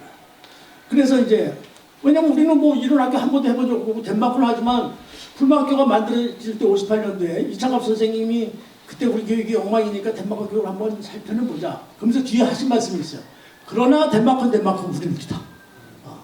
또 저도 마찬가지였어요. 애프터스쿨을 한다고 하지만 그들은 그들이, 우리는 우리다. 이렇게 얘기하면서 또 어떻게 해야 될까? 그래서 첫 번째 생각했던 게 뭐냐면 그럼 왜 우리 아이들은 학교에서 행복하지 않을까? 행복하지 않은 이유가 도대체 뭘까? 부터 생각해 봤어요. 그래서 첫 번째로 원치 않는 공부를 끊임없이 해야 되는 거죠. 아주 지겹게 하게 만드는 거죠. 두 번째, 지겹게 시험 보잖아요. 그 다음에 모든 걸 학교에서 규칙을 딱 만들어서 주면 그냥 거기에 맞춰서 살 수밖에 없어. 아, 이 세 가지를 없으면 되겠다. 그래서 제일 쉬운 게 이제 시험 없애는 거였죠.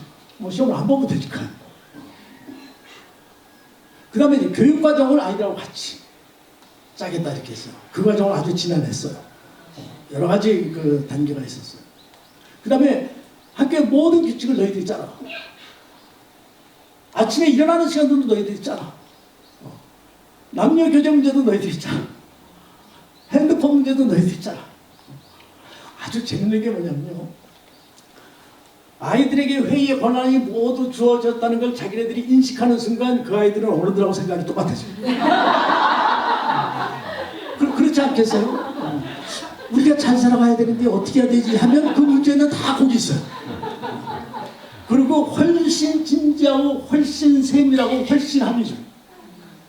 그 다음에 진행하면서 조금의 거기에 그 어긋나는 게 나오면 바로 논의에 들어가요. 그게 아이들. 어쨌든 그렇게 해서 이제 세 가지를 없었으니까 이제는 뭐 너희들이 방법 없이 행복할 수밖에 없을 거야. 그러고 시작을 했어요. 한 석 달을 지옥이 우리 인생학교가 지옥이었어요. 선생님들도 지옥이고 학생들도 지옥이었어요. 착각한 게 있었어요. 우리가 아이들로부터 어른들이 다 뺏었으니까 그거 돌려주면 되려니 했어요. 아이들은 받을 준비가 하나도 안 돼 있었던 거예요. 같이 사는 방법을 전혀 몰라요. 그러니까 학교에서 3년 동안 같이 다니도 한 번도 얘기 안 해보고 지나가는 친구들도 많죠. 왜? 쟤한테 잠깐 먹어서 터질 것 같아. 쟤는 너무 찌질해서 제가 벌써 창피할 것 같아. 이런 것들도 있었겠죠. 근데 여기는 한 30명 되는 아이들이 눈곱 띄고 일어나가지고 잠자리까지 같이 살아야 돼요. 게다가 모든 규칙을 같이 짜야 돼요. 피해 있을 수가 없어. 매일 같이 모여 앉아 있어요. 이거는 아이들한테 정말 고민이에요. 나를 드러내야 되는 거거든요. 거기 참여하는 게 문제가 아니라 나를 드러내는 게 문제예요. 어떤 애들은 막 오버하는 애들이 있어요. 거짓말인지 다 아는데도 나는 옛날에 내 캐리어. 그러니까 어떤 아이들이 입학하느냐에 따라서 학교가 다른 학교 같아요. 근데 어떤 학년이 소위 일반 학교에서 모범생들로 꽉 채워진 학급이 있었어요. 이 아이들은 신입생 뽑을 때 자기소개서를 보니까 정말 깨알 같은 글씨로 평균 4장. 근데 이걸 읽어보면 아니 이런 애들이 여기를 어떻게 와? 나한테 배울 게 뭐가 있다고 날 가르쳐야 되는데 이런 애들이에요. 그래 제가 선생님한테 시작하기 전에 큰일 났다고 그래요. 죽었다고 그랬어요. 자, 첫째, 이 아이들은 쉬는 기능이 퇴화된 아이들. 그러니까 이 학교에는 공간이 굉장히 많거든요. 쉬면서 하고 자기가 절대로 못 쉬어요. 절대로 못 쉬어요. 뭐가 해야 된다고 하면 바로 해놓고 그 다음에 또 뭐 해야 되지 막 찾아가는 동물 키우는 것부터 시작해서 하늘에 별도 보고 난리예요. 5월달쯤 되니까 완전히 번아웃 걸렸어. 자, 그러면 자존심이 걔네들은 더 강해요. 그래서 선생님 저 어려워요. 이 소리를 절대로 나는 괜찮아. 옆에 친구가 마음에 안 들어요. 그러면 선생님 제가 저렇게 하는데 저거 좀 어떻게 하면 이게 안 돼요. 괜찮아. 근데 그게 1년 동안 견딜 수가 없어요. 그렇게는 못 봐요.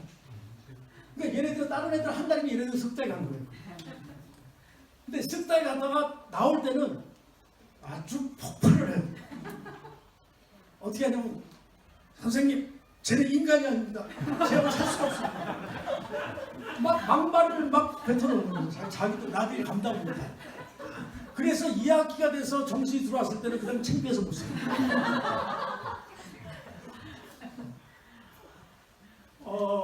웃으면서 얘기하지만 좀 서글펐어요. 덴마크는 덴마크고 우리는 우리다 했는데요. 결국 덴마크하고 우리하고 차이는 그거였어요. 덴마크 아이들은 나름대로 그런 생활을 할 것은 사회적인 문화에서 이미 터득이 돼 있었어요. 전혀 그 터득이 안 돼 있어요. 그래서 저는 이제 꿈틀린사학교를 만들 때 선생님들한테 우리 학교는 교육 목표 없어. 근데 선생님들은 교육 목표 없으면 학교가 아닌 줄 알더라고요. 할 수 없이 만들게 했는데 왜냐면 여기는 처음부터 끝까지 실패해도 괜찮아. 계속 문제가 있을 때 문제 논의하는 구조를 계속 풀어가서 이 다음 단계 갔을 때 다 보여요. 여기서 아이들하고 충분히 논의하면 보이거든요. 그 후에는 그걸 할 수가 있어요. 그런 능력이 생겨날 수 있는 거죠.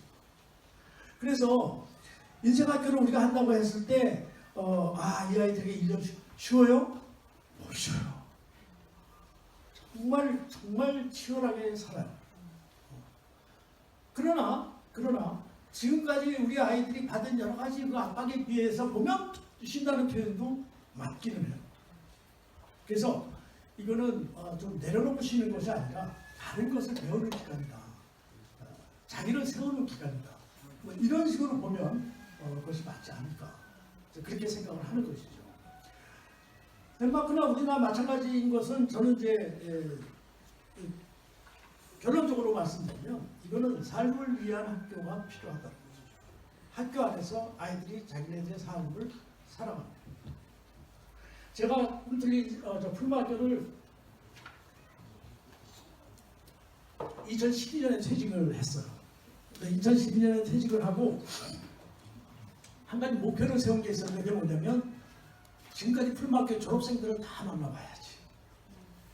조그만 학교니까 그때가 54주년쯤 됐을 텐데 졸업생이 한 1096명 정도 되더라고요. 1회부터. 조그만 학교니까 매년 뭐 20명. 옛날에는 2명일 때도 있었어요. 학생이 안 와서. 그리고 한 4년 동안 열심히 쫓아다녔어요. 그래서 만난 게 한 540명 정도 만났어요. 그러니까 그분들 중에서는 이제 저보다 나이가 많은 분들도 계세요. 제가 요 얼마 전에 그 풀마학교 2회 졸업생들이 모임이 있는데 저보고 같이 가야 된다고 해서 거기 가서 설거지하다가 손가락에 다치고 그 심부름꾼 하다가 왔는데요. 이분들이 해방동이들이거든요. 근데 이분들의 그 모여서 하는 이 논의를 들어보면 지금도 뭐 살이빨이 나고 옛날 이창걸 선생님 종원한테 배운 얘기부터 지금 현재 살아계시는 홍순정 선생님한테 배우는 얘기까지가 정말 지금도 아주 왕성해요. 배움이라는 거 그런 거라는 생각이 제가 들었어요. 심부름도 열심히 하고 했지만 아주 흡족하게 이제 들어왔어요. 540명 정도를 만나고서 결론으로 제가 한 것은 이거에서 나 쟤네들 너무 부러워. 나는 이 학교에서 제가 퇴직할 때 나는 이 학교 37학년이야 이러고 나왔어요. 근데 너희들은 3년이면 졸업한다면 37년 정도 나 다 못 배웠어. 이러고 나왔어요. 왜? 저는 학생으로 다니지 않았잖아요. 학생으로 그 학교에 있지 않았잖아요. 학생으로 다니는 사람들의 특징이 있었는데요. 첫째, 반칙을 안 해요, 사회에서. 우리 살다 보면 약간씩 반칙하면서 살잖아요. 다시 돌려놓으면 되지. 뭐 이런 거 있잖아요. 일을 진행한다 보면. 그 다음에, 의미가 있어서 해야 되는 일이 옆에 오면 절대로 포기하지 않아요. 그건 꼭 해요. 대부분 그래. 이런 사람은 뭐라고 부르는지 아세요? 원리주의자라고 그래요. 아주 세상에서 가장 골치 아픈 사람들이 그들이에요. 근데 그들에게 한 가지가 더 있었어요. 그게 뭐냐면 설득하고 타협하는 겁니다. 끊임없이. 그게 있으니까 어느 사회에 가서도 이 친구들은 모든 상황을 기획하는 입장에 가 있는 경우가 굉장히 많았어요. 양쪽을 다 읽어내 이런 것들. 이게 다른 것이 아니라 학교 안에서 삶에서 오는 것이거든요. 삶을 통해서 오는 것이거든요. 그런 경험을 갖지 않고 그거 할 수 없어요. 우리가 한동안 우리 그 대학, 전 요새, 이런 얘기하고 상관 안 돼요. 대학이 좀 죽은 것 같아요. 인류 역사에 보면 결국은 대학생들이 그 방향의 맨 앞에 섰던 것이 전 세계적으로 많은데 요즘엔 저는 그게 안 보여요. 근데 하여튼 우리나라의 그 학생운동이 한참 때 보면 완전히 양비론이죠. 절대로 그 학생에는 뭐 흑과 백이 분명했었어요. 근데 제가 만난 몇몇 풀마학교 출신 학생 회장들을 봤는데 그들이 그걸 잘 풀어가는 걸로 뭐 우연이라고 볼 수도 있지만 대부분의 그 친구들이 그런 모습들을 보였어요. 그거는 학교 안에서 그 학교는 모든 걸 이제 한 5, 6년 오면서 아이들이 학교를 다 가져가 버렸어요. 그래서 가끔 우리 조병원 선생님은 그랬어요. 얘들아 우리하고도 좀 상의 좀 해줘. 학교에 큰 행사가 진행이 되면 지들끼리 다 회에서 해버리니까 우리하고도 상의 좀 해주고 그런 적이 있어요. 그런 정도로 아이들이 학교의 그 삶을 다 이렇게 만들어 가는 거예요.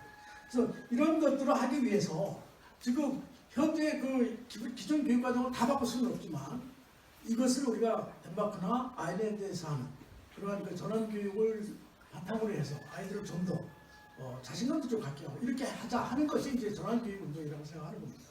그래서 마치 전환 교육이라고 하는 게 요새 뭐 몇몇 그 교육 관련된 사람들이 이렇게 생각하는 어떤 한국이라 이거는 이미 우리 사회에서 전체적으로 하고 있는 거였고요. 이건 세계적으로 유례가 없습니다. 자유학기제라고 하는 것은 전 국가가 다 전환학기를 지금 하겠다고 지금 나선 것이니까요. 앞으로는 저것이 어느 정도 자리를 잡아가지 않을까 생각합니다. 그동안에 우리 청소년들이 이런 게 이거예요. 스스로의 삶을 개혁하는 능력을 완전히 잃어버렸어요.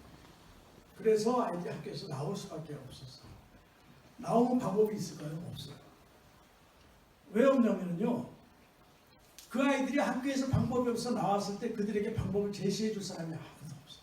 손가락질하거나 부모님들은 부모님이 먼저 놀래일 거라. 이거죠. 그래서 자신의 삶의 주인이 되는 방법을 다 잊어버려요. 요즘에 뭐 취직이 어렵다고 그러는데 그 취직이 어려우니까 그게 노력을 젊은이들 노력하는 거 여기 젊은이들도 많이 계시면 정말 노력 많이 해요. 정말 그 능력도 많고요.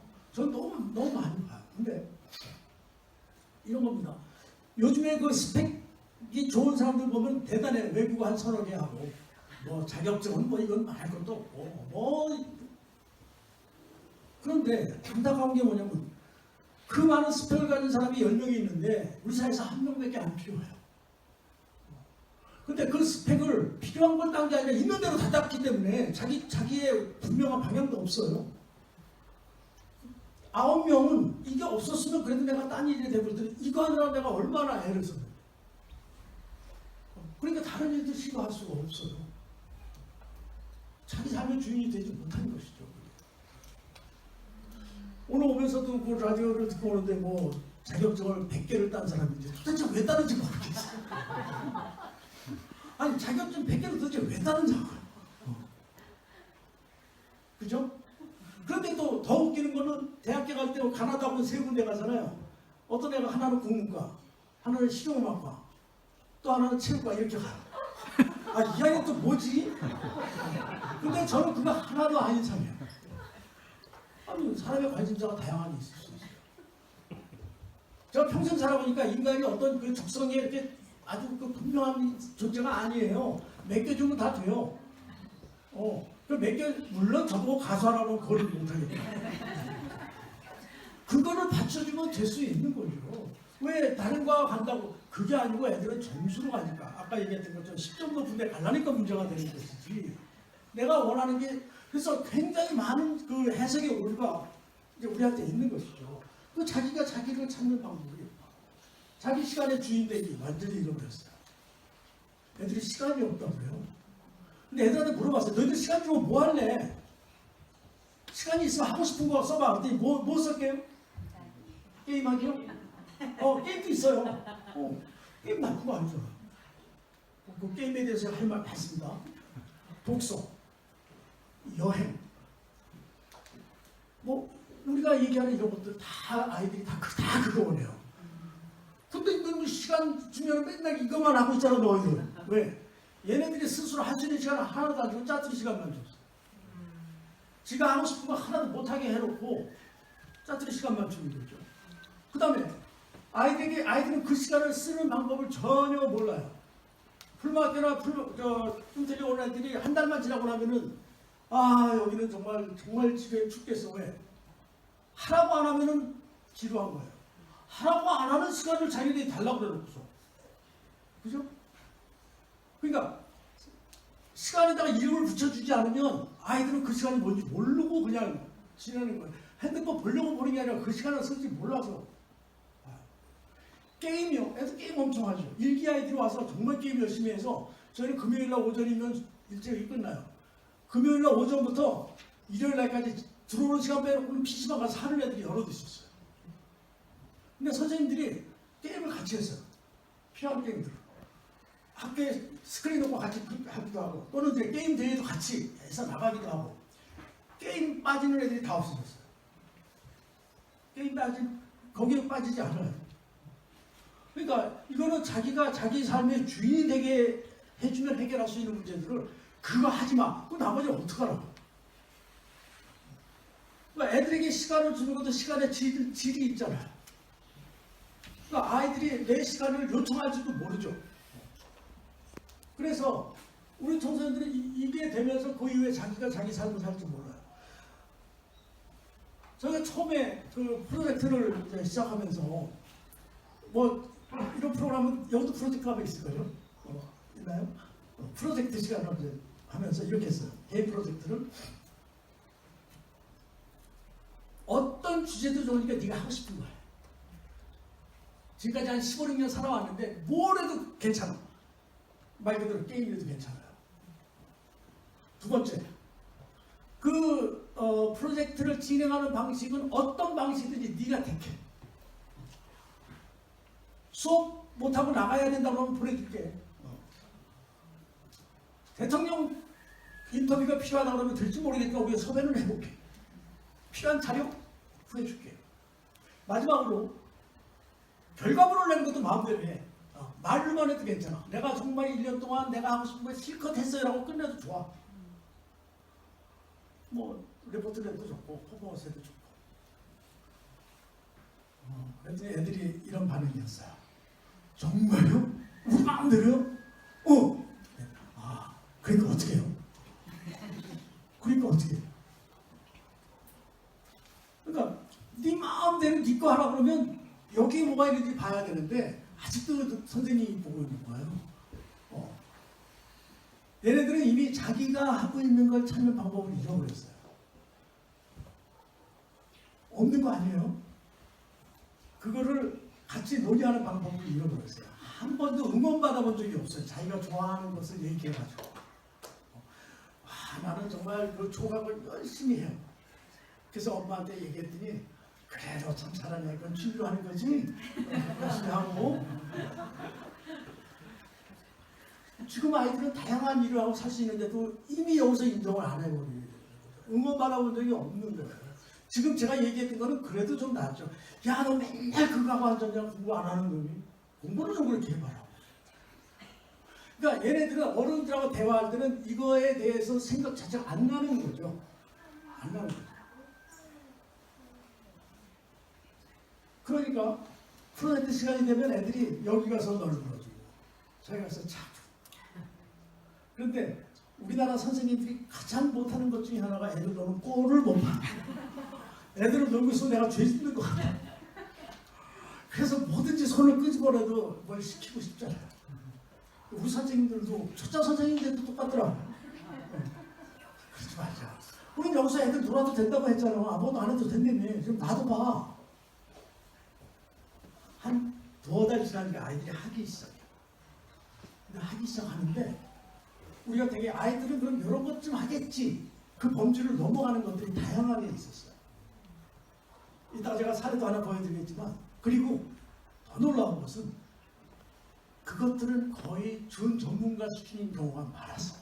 살그머니 뒤에서 하지만 이미 거기에는 집중하는 거죠. 그건 정말 내 거니까.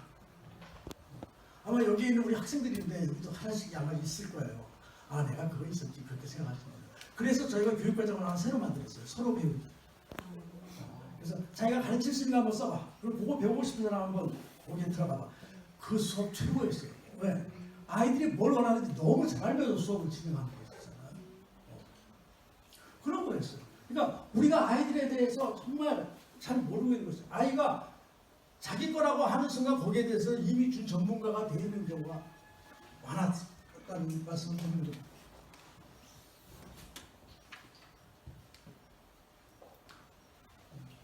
자, 우리는 교육을 통해서 우리 어떤 사람들을 만들고 싶어 하는가. 그리고 뒤가 얘기한 것은 세 가지예요.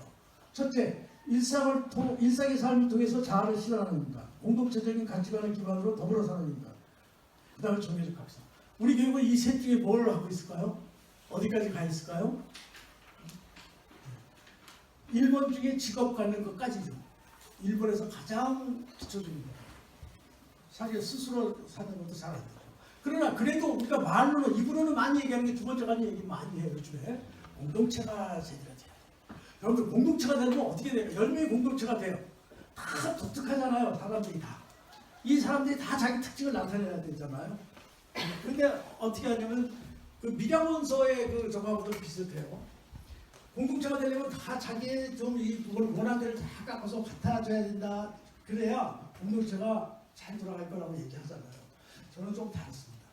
공동체 10명이 제대로 운영이 되려면 10명이 하나하나가 다 보여야 돼요. 10명이 다 비슷해지면 무난할 것 같지만 그건 공동체의 힘이 하나도 없어요. 그 공동체 안에서 이 10명 무난할 것 같지만 그건 공동체의 힘이 하나도 없어요. 그 공동체 안에서 이 10명의 각각을 다 서로 드러나고 그 사람들을 인정하고 같이 해야 그게 공동체가 되는 것이죠. 그래서 깎아내려는 노력이 아니라 그 사람을 두드러지게 하는 것이 공동체의 핵심이라고 저는 보는 것이죠. 그래서 우리가 작은 학교 운영하기가 참 어려운 거예요. 큰 학교는 그냥 기준만 가지고 하면 되는데 작은 학교는 하나하나 우리가 다 살려가야 되는 그런 것들이 이제 필요한 것이죠. 그런데 첫째, 두 번째가 되면 다 될 것 같은데 첫째, 두 번째까지가 됐을 때 일반적으로 사람들의 그룹 안에서 일어나는 싸움이에요. 자기 정당성에 대해서 굉장히 강해요.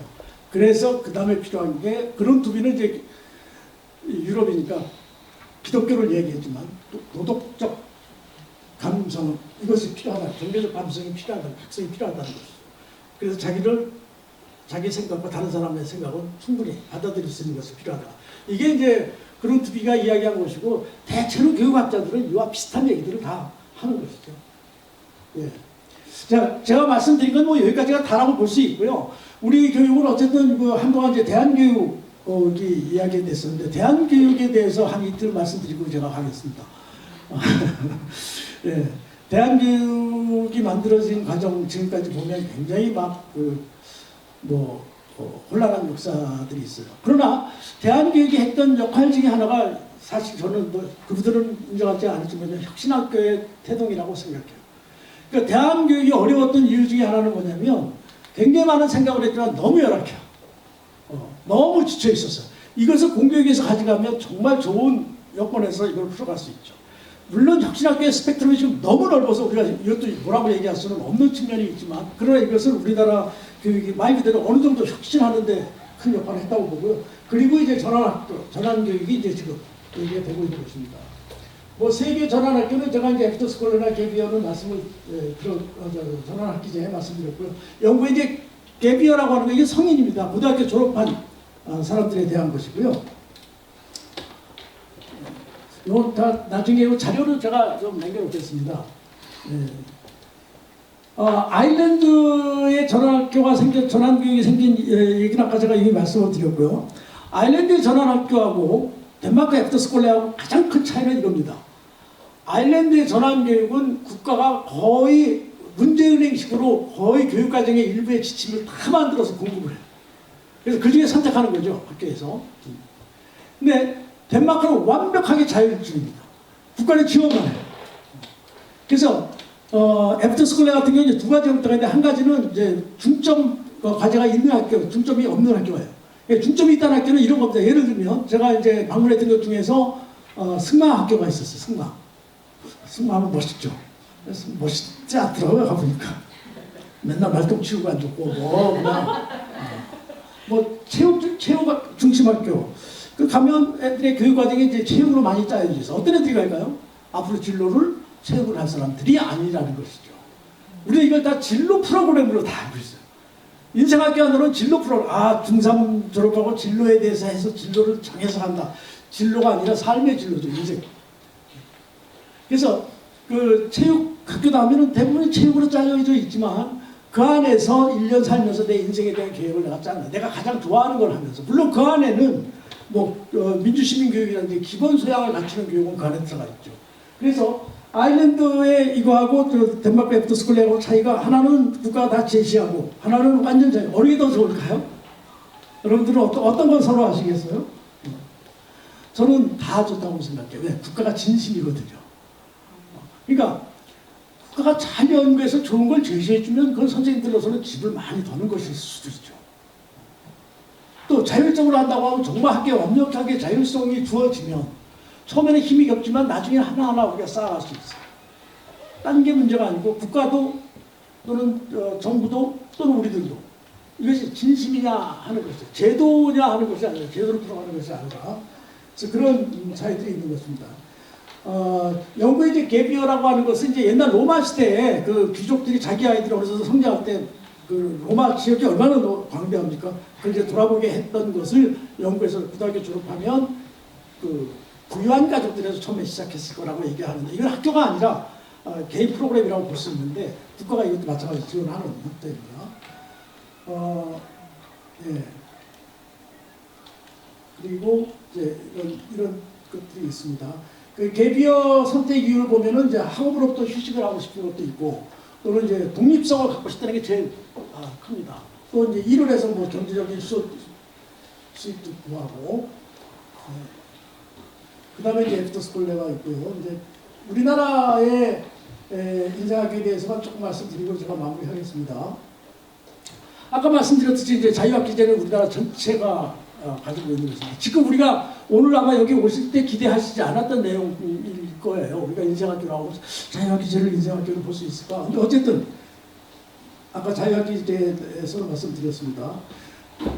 서울에 이제 오디세이 학교라는 것이 이제 교육청에서 시작을 했어요. 서울시 교육청 2015년에 시작을 했는데 이것도 그 꿈틀린 인생학교를 설립한 오연호 씨 얘기를 듣고 조혜연 교육감이 바로 그냥 시작한 거예요. 그냥 학교도 안 만들고 시작을 했어요. 그렇게 하다 보니까 할 수 없이 한 게 뭐였냐면 기존의 비인가 대안학교 세 군데를 선택해서 위탁하듯이 했어요. 그리고 거기에다가 공교육교사 한 명씩 넣어서 진행을 했어요. 그러다가 지금은 거기에 한 명씩 파견됐던 선생님들끼리 따로 학교를 만들어서 그런 학교가 2개 있어요. 현재 이제 5개가 있고 이 오디세이는 이제 교육청에서 하다 보니까 그냥 학년을 뺄 수가 없어서 고등학교 1학년을 인정을 해줍니다. 근데 이 학교도 이제 처음에 이제 만들 때 그 연구팀에 저도 같이 들어가서 했었는데 거기서도 원하는 거는 1년을 쉬는 거였어요. 그래서 지금도 오디세이 규정에 보면 졸업하고 나서 1학년으로 갈 수 있다 이렇게 돼 있는데 1학년으로 가게 되면 어떻게 되냐면 오디세이 기록이 싹 없어져 버리는 거죠. 뭐 이런 문제들도 있어서 여러 가지 지금 고민을 하고 있고 그때 처음에 출발할 때 시작했던 몇 가지 단계적인 그 진행 과정 중에 하나는 지금 된 게 별도로 그 각 중학교로 이제 독립을 했어요. 이 오디세이 학교라고 하는 것이 사실 이제 지금 논의되는 것 중에 제가 있는 저 꿈틀린 인생학교가 오디세이 일부를 지금 이제 해야 할 거다 이렇게 하고 있는데 저는 이제 만약에 그렇게 한다고 하면 오디세이가 지금까지 해왔던 거하고 조금 다른 새로운 시도를 하는 쪽으로 하자 이렇게 하려고 이제 12일 날 이제 뭐 서울시 교육청 분들하고 협의를 할 텐데 그런 생각도 좀 하고 있습니다. 뭐 결국은 이게 다른 학교들은 좀 보여지겠지만 목표라든지 이런 걸 읽어보면 거의 다 비슷하죠. 그래서 오디세이 학교가 있고 그 다음에 이제 꿈틀린 인생학교가 있고요. 이제 꿈틀린 인생학교의 다른 학교의 특징은 전교생이 기숙사 생활하고 이제 전일제라고 하는 것이죠. 그러니까 이거는 애프터스쿨하고 가장 닮아 있는 형태라고 볼 수 있습니다. 또 꽃다운 친구들이라고 서울에 있어요. 이게 이제 가장 아주 연약한 형태인데 가장 지금 아주 강건하게 지금까지 잘 지내고 있는데 이거는 뭐냐면 쉽게 말하면 홈스쿨링 학생들이 일주일에 이틀만 모여서 교육을 한 겁니다. 그러니까 이 학교는 이틀짜리 학교구나 라고 생각할 수 있는데 사실 7일짜리 학교입니다. 왜냐하면 그 교육과정을 학부모하고 학교하고 아주 긴밀하게 만들어요. 그러니까 학교에 오지 않을 때도 학부모님들하고 늘 관계를 맺어요.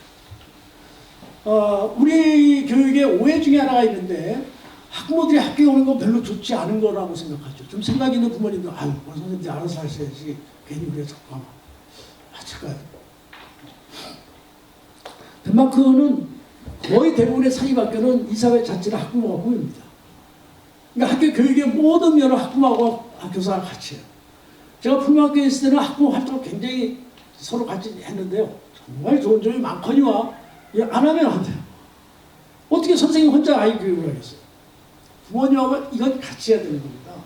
근데 왜 우리는 안 될까요? 이건 자업자득이에요. 학부모도 못 오게 하니까 누가 와요? 신문에 나는 학부모들만 오죠. 그죠? 그리고 그런 거 자꾸 보니까 가면 큰일 날 것 같아서 좋은 학부모님들은 안 간다는 거죠. 플로학교에 있을 때는 아이들의 문제부터 교육 내용까지 학부모들하고 협조하면 정말 많은 도움을 받았어요. 아이들이 문제가 생길 때 부모님들하고 협의하고, 어떤 때 정말 학교에서 감당 못할 때는 학부모님들이 맡아가시기도 하고, 아이들이 진로 지도할 때는 학부모님들의 그 진로 직업이 다양하잖아요. 어디서 아이들하고 멘토로 연결을 시키기도 하고. 그래서 학부모와 학교가 함께 한다고 하는 것은 굉장히 중요한 과정입니다. 처음에는 어려울지 몰라요. 부모님들이 막 부모님들 학교 사진도 보려고 왜 저럴까 이런 때가 있을 수도 있어요.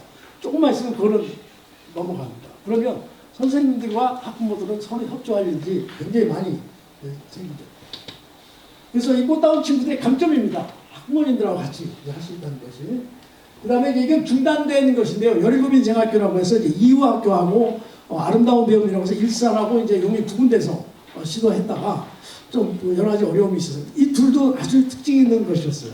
이후학교에서 했던 것은 학교가 없이, 이후학교가 이제 지역에 있으니까 지역에 우주소녀? 네. 아, 우주소녀. 네. 카페, 학부모님들이 하는 카페에서 학생들이 아침에 오면 거기서부터 시작해서 그 지역에는 학부모님들과 연관된 또는 뭐 지역에 연관된 다양한 공간들이 있거든요. 거기서 아이들이 같이 협력하면서 했던 아주 재밌는 프로그램이었어요.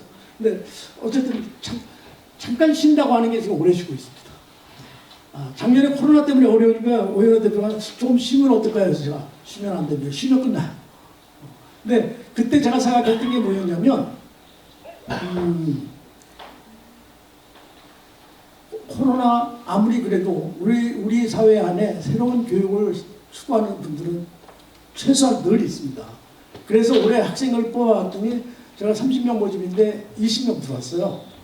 근데 20명 중에 2명은 덴마크 학생인데 그 학생을 못 왔어요. 그래서 이제 비대면으로 이제 영상으로 하긴 하는데요.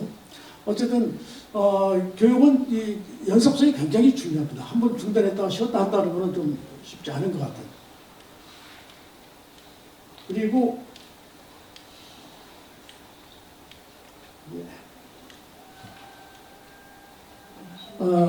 요거는 이제 그 가장 마지막에 한 건데 이제 경북 상주에 있는 것은 신뢰라고 하는 것은 이거 학교가 아니에요. 그냥 마을에서 그 시민들이 대단히 교육력 있는 분들이 많이 있잖아요. 이분들 가지고 프로그램을 쭉 만들어서 발표를 해요. 그러면 지역에 있는 학교를 안 다니는 이제 홈스쿨링러들이 와서 이제 공부하는. 그러니까 여기는 뭐 등록금도 없고 조직도 없지만 굉장히 재밌게 진행을 하고 있는데 이런 것들이 현재까지 우리나라에서 하고 있는 것이었고요.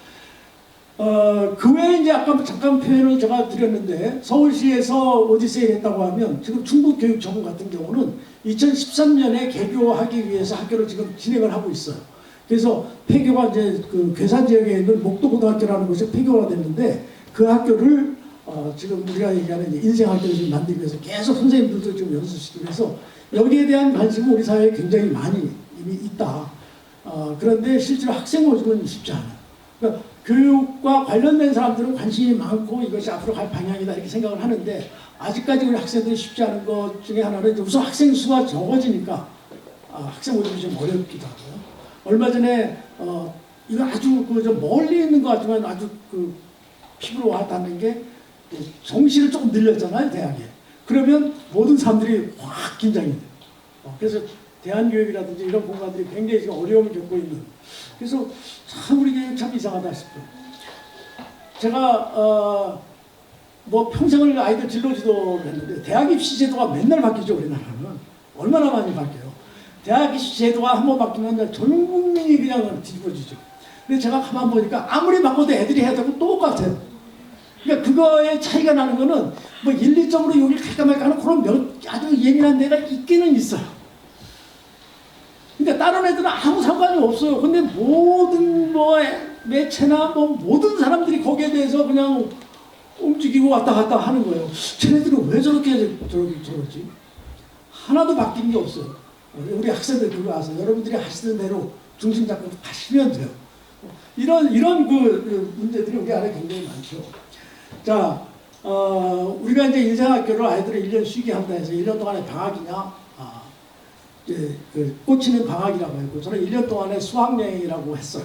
뭐 둘 다 의미가 있죠. 방학도 논다는 뜻은 아닌 거 아시죠? 수학여행도 마찬가지고. 그래서 1년 동안 쉰다. 아까 보니까 오늘 여기 이제 그 테마 1년 동안 왜 쉬어야 하는가 뭐 이런 사실은 쉰다고 하는 것이 아니라 새롭게 자기를 찾아가는 공부를 하고 그리고 이제 앞으로 평생을 살아갈 힘을 얻는 이제 그런 것이다라고 하는 것이 이제 제가 생각하는 내용입니다. 흔들리는 생활교육은 이제 그래서 스스로 더불어 즐겁게라고 하는 것이 이제 핵심입니다. 그러니까 모든 걸 스스로 한다. 처음에 청소를 시켰더니 이건 뭐 세상의 개판 이런 개판이 야 우리 애들이 이 모양인가. 근데 여기 계신 분이 저랑 평생 풀밭교에서 있으면서 애들 학생 지도에서 아주 주먹이 센 분이거든요. 그 애들 보고 이제 청소에 대해서 회의를 하자고 그랬어요. 애들의 생각이 뭘까요? 가만히 있어. 내가 청소 안 하긴 안 했지만 원래 청소를 해야 되는 거잖아. 안 했으니까 혼나고 그러고 하면 되는 거지 뭘 회의를 하지. 그죠? 근데 회의를 해보니까 청소라고 하는 게 그냥 간단치 않았던 거죠. 자기네들이 해야 되니까 관심도 있고. 그래서 그 이후에는 애들이 청소를 할 때 되면 뭐 굉장히 다양한 서로 자리를 바꿀 때는 뭐 하나하나 설명해 주기도 하고. 밤 10시가 되는데 저쪽에서 쌀비 소리가 나요. 왜냐면 그날 낮에 뭐 다닐 때 못하면 그대로 하는 거예요. 근데 기계적으로 할 때는 그 시간 지나면 끝나잖아요. 그래서 자기 스스로 한다고 하는 것이 그런 의미가 있는 것이죠. 더불어 함께 한다는 것을 즐겁게. 그래서 뭐 다모임이 이제 총회죠. 그래서 여기서 아이들의 모든 걸 결정을 하는 것이고요. 민주시민교육 이동학교라고 하는 거는 이제 아이들끼리 여행을 하는데 저희가 이제 덴마크에서 한 달을 있었어요. 한 학교에 가서 3주 있고 한 주는 이제 그 지역을 다 돌아가는데 처음에 가서 문화 충격이 컸어요. 그 뒤에 말씀드리겠습니다. 요거는 작년에 이제 코로나를 겪고 나서 올해 이제 교육과정을 짜야 되는데 다들 중점이 어디 있었겠어요? 방역에 있더라고요. 그래서 그 생각, 이건 아니다. 지금 우리 교육의 새로운 패러다임을 만들기 제일 좋은 때예요. 부모님들이 아이들을 굉장히 오랫동안 들여다보셨잖아요. 그동안에 학교만 보냈는데 집에 있으면서 아이들의 행동이 다 보였죠. 우리 아이들에게 뭐가 필요하고 어떻게 해야 될지 이런 것들에 대해서 좀 더 교육 본질적인 쪽에 집중을 해야 된다. 사실 비대면 수업이라는 게 우리가 낯선 게 원래 아니에요. 이 코로나 오기 전에 우리 모든 수업에서 비대면을 어떻게 하면 좋을까, 뭐 스마트 수업 굉장히 연구 많이 하고 있었다가 이게 훅 들어온 것이죠. 그래서 이거는 아주 기계적인 문제들이고 좀 더 이런 시기에 우리가 앞으로 우리 교육을 어떻게 좀 더 어디에 중점을 줘야 될까 이런 걸 좀 생각해야 되겠다 이제 그런 생각을 했던 것이고요.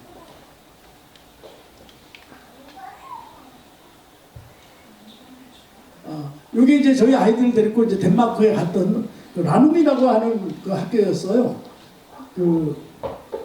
이 덴마크의 이제 두 번째 큰 도시 올부르 그런데 그 옆에 이제 라눔이라는 시골 마을이 있어요. 이게 마을 동네거든요. 재밌는 게 뭐냐면 기숙사가 마을에 저쪽에 하나 있고 마을에 또 저쪽에 하나 있고 이게 다 뚝뚝 떨어져 있어요.